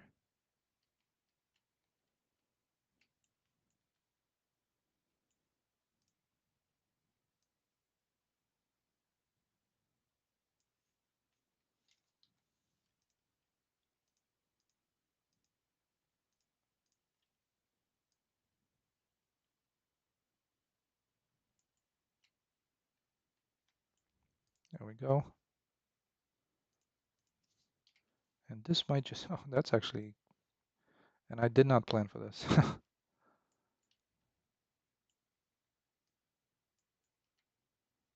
Oh, okay. That's pretty good.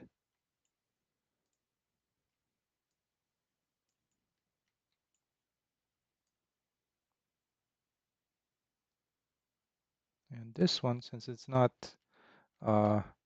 it's not flat, should provide a decent transition between the sidewalk and these steps, I think. See if we can get them in there.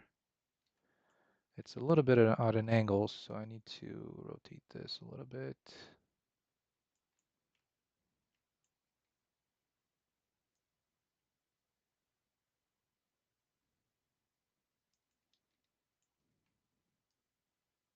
Give it more angle, more cowbell.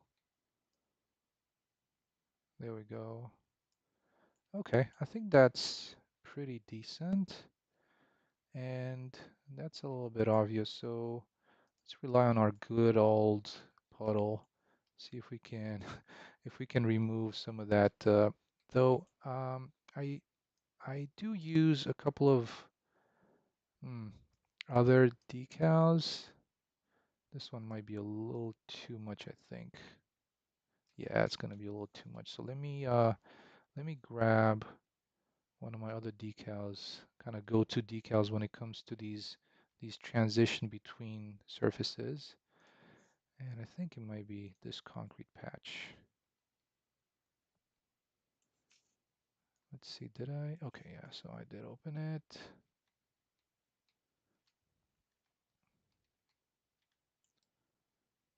Because this line is a little, I mean, it's not horrible, but sometimes I kind of hate looking at it. So let's try and position this one here.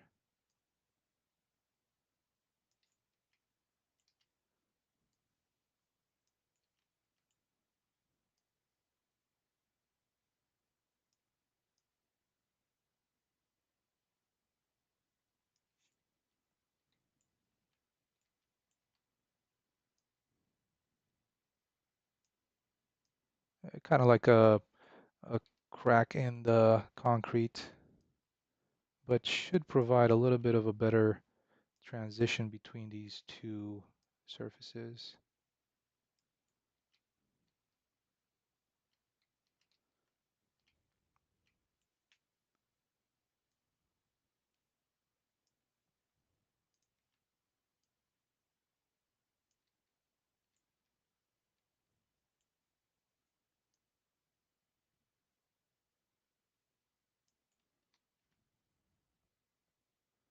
Yeah, I think that's gonna work. All right, so probably offline, I'll figure something out for this corner here. So I do have a corner piece going around, but I might just go with some steps, just to kind of work it like on this side, where you have these steps let's fix this. I didn't want to fix the scaling. I wanted to fix the rotation. Actually should be fine. So let's rotate this one. So this is kind of what I was trying to do. I might need to maybe push this back a little bit on the X. Oh, sorry, on the Y. To about there. I think that might work for that transition.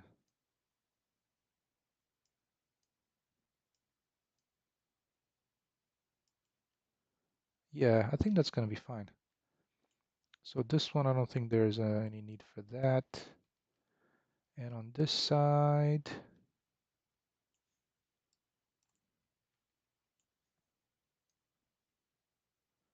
we can move this way.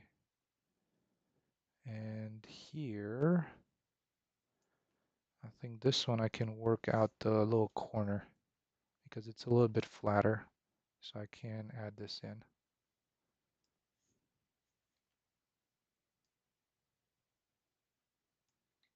See how this is gonna work, if it can. I think it might.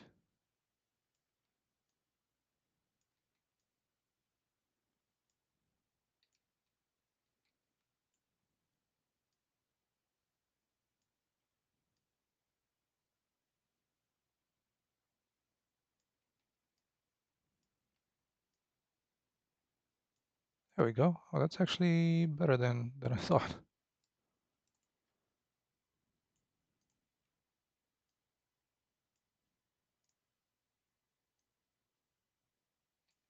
Okay, yeah, I'll take that. There's definitely going to be like I do run into some of these things at times as to, well, how can I join these two together? Because while I can get some references of buildings from out there, when it comes to like sidewalks and these are like I don't know why, but they're like more difficult than buildings. Like and kind of meaning like this is like the civil engineering part of things. So it's a little bit difficult sometimes, but we make it work.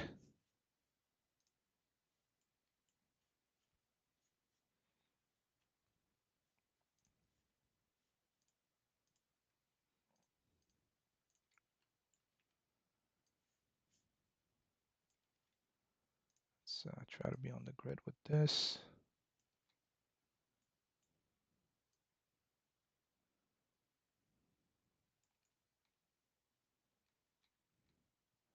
Oh shoot, I didn't realize that these are gonna be off a little bit.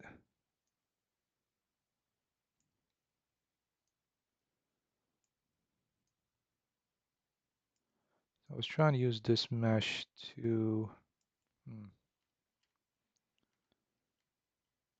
you know what? On the other hand, I might just leave it like this.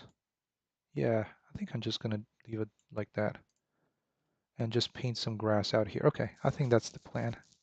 So see, this part of stuff, I don't have any references for this. I just kind of I like that. I'm just gonna do it that way.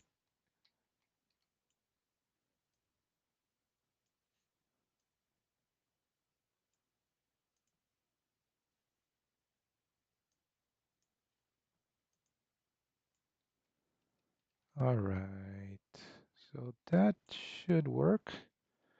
Let's do a little bit of painting, and we're gonna be right on time to go into the test level and try out some of the show off some of the mechanics.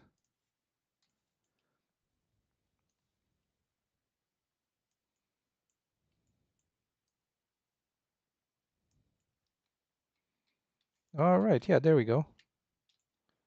I think that's gonna work. I mean, these slat pieces are kind of off, but We'll try and adjust them a little bit, but I think it's you know, adds a little bit of variety having having this side with some grass on this end, and you can navigate from here to through here, all the way back here. Okay. Yeah. Well, I think we got. I got. Well, actually, let me 1 second, guys. Just wanted to also fill in this little space here. Whoa, that was so weird.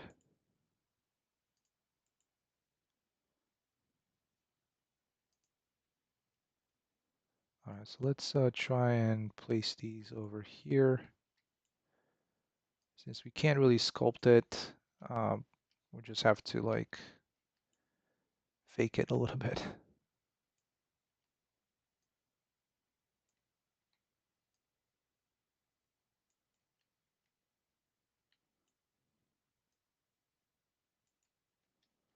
So there's that, and we'll just use another one of these.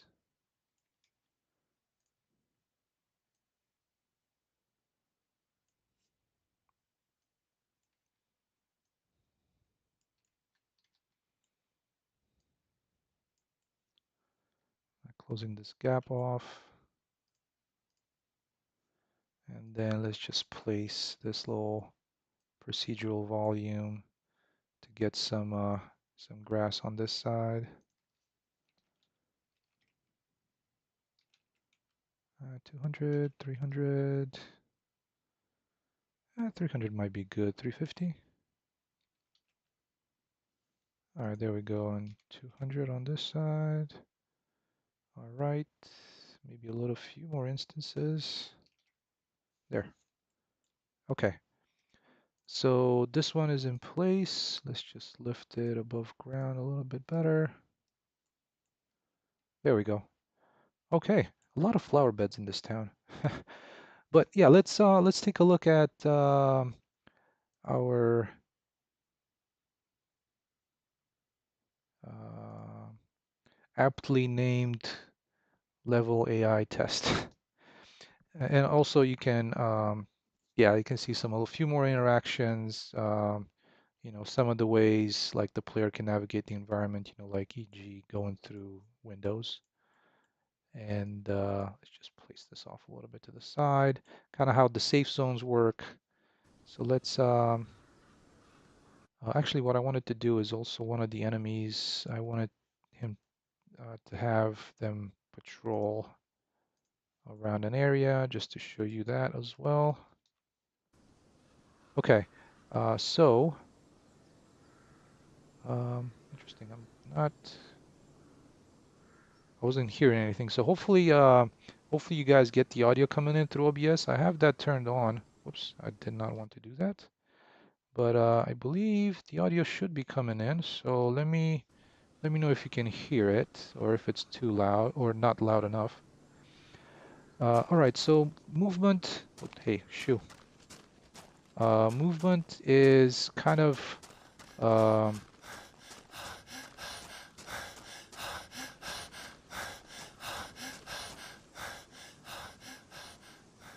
so when you start moving, hopefully you might have heard the player panting, you know, just kind of, you know, like when you're running. That would happen also.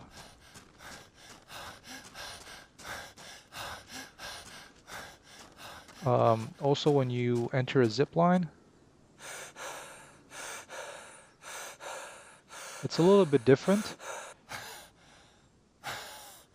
than when you're running. You know, it's kind of not the same activity, right? I still need to work out the hand placement. It's not perfectly on the spline, but there we go. So let's also look at, so you know, this is when you crawl through something. Oops, and apparently I kind of fell through. Oh, I think the point of exit is not where this should be. But all right, so let's look at hopefully the enemies are not gonna see me. They have a good eyesight. All right, so then, certain entries, certain building entries are gonna work like this. You kind of, you're entering through a building. You just seen like this little guy here. So he's like, you can scare him. So they would like fly to a certain point and then try to land. Of course, all the doors are just like your basic stuff that you would have in video games. Um, Now the way you see like I have no UI. Actually, let me go into full screen or at least full screen. So you see that I don't have no UI, and I kind of want to keep it that way.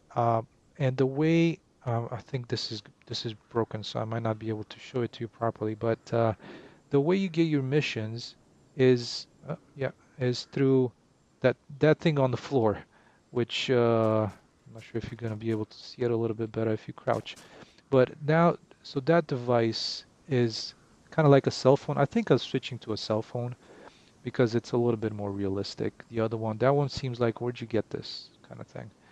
So right now, you see, you kind of hold it in your hand, and um, that you have two options. I wanted to give the player two options. So you either can hold like a physical device, which means like you unequip a weapon at that point, and so if you're in combat and you equip the device to look at your mission, then you're gonna get shot and you can't fire or anything like that. So you got to consider that. Or if people don't like that, you have the option to switch to use HUD. Like and what this one will do is it will just show up on the side. So that one shows up all the time if you so choose, or if you want to have like the physical device that's going to show the same info. Oh, let me hide away from this guy. Damn it. Um, Whew, that was close. I have no more ammos. Okay, so now you can see a little bit of the combat. So that guy and kind of the detection mechanism. So let's go into wireframe. So the guy is right there. He's going to do a little bit of inspecting around that spot where he last saw you. And then he's going to go back to, if he wasn't patrolling, he's going to resume his patrol route. And but right now, I think he's just going to stay there for a little bit. I think this guy didn't have a patrol, so he's just going to stay there. But and the other thing is, like, when since we have the weapon equipped, so this is how I tell the player how many bullets you have left. That there's that little indicator on the side, which is actually a real thing that exists. I didn't know, but that thing exists. There is manufacturer that can make that, so it's not science fiction or like Halo type of stuff. So since we're here, I wanted to show you a little bit of what happens when you get too close to a wall. You kind of pull the weapon back so it doesn't go through the wall. Now, let's holster this, and I think this guy is still there. So I'll show you like the stealth takedown as well, because I don't think he can see us, which is good. And interesting, why can't I? Oh, this is a bug that I need to fix. Okay, so I'll start the game again, and um, I'll show you how the stealth takedown works. There's going to be like some mini games in the world, and I can show you Tappy Chicken. But just to kind of give the player a break, so to speak. Also in the game, there's going to be like, let's pick up another AR, like the bow. Let's pick up some bows. Oh, some arrows and some magazines.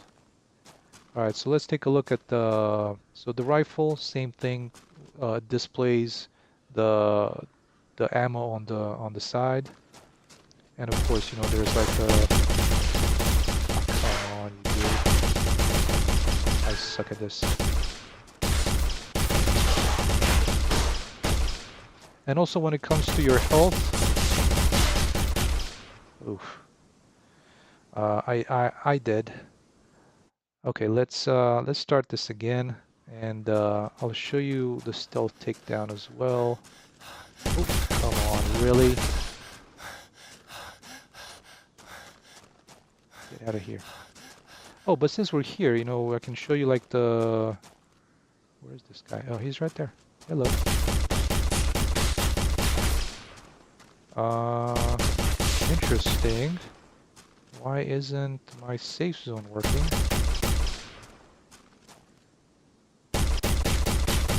Well, that's something to check. So, oh, I'm kind of wondering. I think that guy that was patrolling, he didn't care about me, but so I need to take a look at the behavior tree for this guy. But whoops. Now, so see, like I'm outside of the. Now they're both on me. Oh, damn it. Sorry about that. It's kind of I'm not that very good at my game. Let's try the stealth takedown one more time. We'll see if these guys are gonna ignore me. Oh yeah. Oh, okay. So there we go. And yeah, so you probably noticed the little detection thing there at the top. Oh, come on, he saw me. Really? Oh yeah, so you can like you can do a fist fight as well. Not that well done. Oh man, I made him too smart. Need to make them a little dumber. You can hear the frustration in my voice. But so let's see, can we take this guy out? I hope we can. Oh, too much on the recoil. That guy is like heavy duty. Oh, come on. Why? I think I gave him too much damage also. But so unfortunately, let me show you the bow as well, just to give you an idea. I can show you the shooting, but so the way for the bow is not going to have that counter on the side, but what it will have is the you see like the bows at the arrows attached to the bow. So right now, you know, like there's two arrows. And then if you shoot one of them, which doesn't work properly, because there's some collision issue that I'm still solving, but you'll see like the other arrow has disappeared. You know, so the other arrow, I shot it, it's not attached to the bow anymore. So if you think of, you know, like these hunting bows, they have like a rack on the side where you see how many bows you have. So that's how I wanted to do it, to kind of keep the UI to a minimum. Um, All right, so let's also look at some of the AI, like the friendly NPCs is what I meant. And also maybe let me remove the patrolling from this guy. Excuse me. So I can also show you the stealth takedowns. And oh yeah. I mean, if we want to take a look at the tappy chicken here, this is also something that I'm not very good at.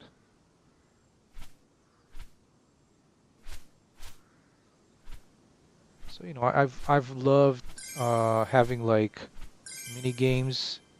Oh, come on. Anyways, but I've loved having mini games inside of the game.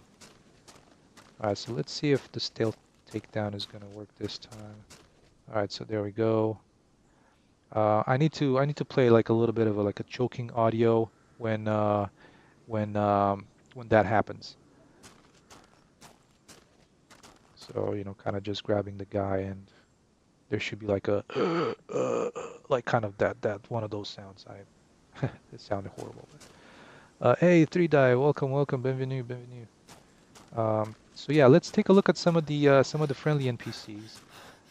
So across the friendly NPC world, there's gonna be the ones that you can interact with, and the ones that are just there. They kind of walk around.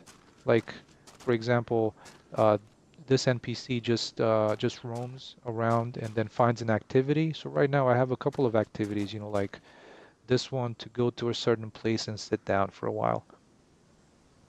And there's like the NPCs that just they sit down, so they will acknowledge you, they will like look at you, but you can't interact with them.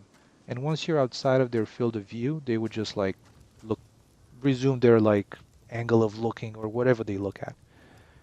Um, but there's also like the ones that you can interact with. So like for example, this guy, and this is how they look. And so this is kind of one of the guys they interact with at first, and they give you the tablet. I'm not entirely sure why he's still um, chatting me up or something. But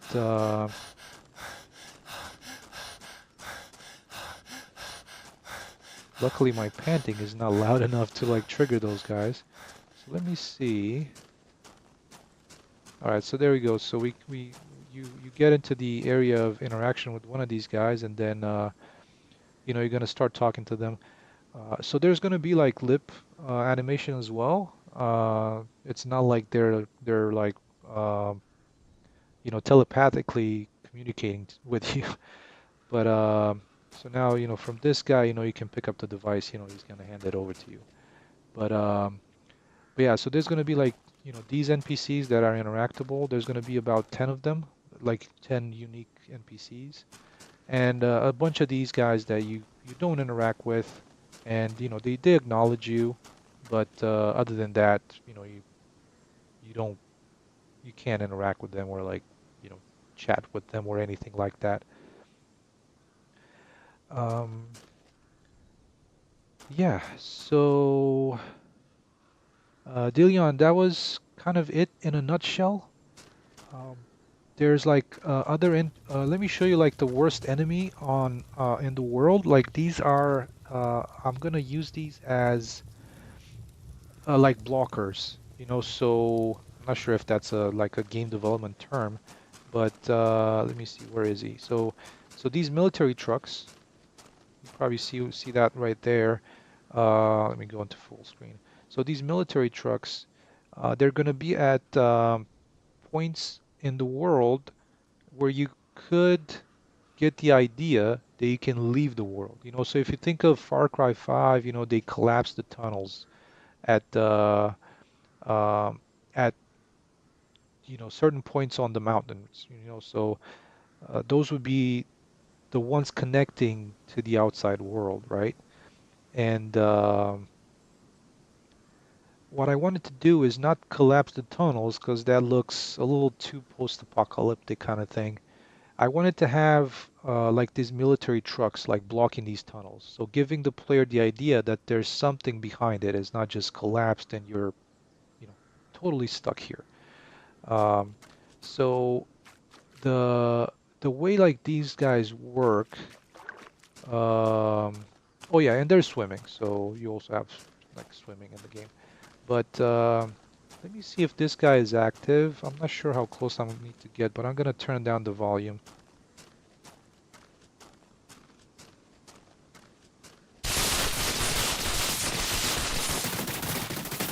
So right now it doesn't deal any damage because I've set it. Because right now you're gonna die within like a few shots.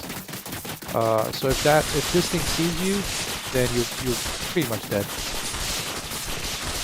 Uh, so the cool thing with this one is that this little thing that I've implemented, there's like with these uh, blood splashes uh, that are put on the wall. But the truck itself is static, so it's just used to block you from exiting the world, right? Because I don't have the tunnel is going to have a blocker in it because somebody might think of if I like climb over this and then I do this and then jump 5 times, I can like get behind the truck. So, you know, you're not going to be able to like fall off the map. But that's why I wanted to have something like this that would you know, block the player from going off the map, right? Um, so uh, so yeah, Delion, hopefully you're still around. And but if you do get to see this a little bit later, that's kind of it in a nutshell when it comes to mechanics and some of the things that you know, gameplay wise that you can do. Oh yeah, and Alanika, that's what I was thinking. You know, like in Far Cry 5, I'm not sure if Days Gone had any mini games in it. I can't remember. But yeah, I remember like the Far Cry 5 mini games. They were pretty fun. Like Borderlands 3 also had a bunch of mini games, you know, just like arcade games that you could play. So yeah. Well, so guys, um, I think that's going to be it for me for today. It's I usually, like I mentioned, I usually try to keep it within a couple of hours. But great to have everybody join. Great to see new faces or new names. But I hope to see you next week. So I got some more plans for some improvements on the AI for next week, and I hope to show them as well. Hopefully, I'll get those done, and we'll continue some of the work on the town. I'll do some more investigating on some optimization techniques. Try to look at that, you know, what is it called? Like the city sample from Epic, and see if I can get some more ideas from that and maybe share those with you guys as well. But yeah, until then, everybody take care, be safe, and we'll see you in about 6 days. Thanks again for stopping by, guys. Uh, take care. Bye all.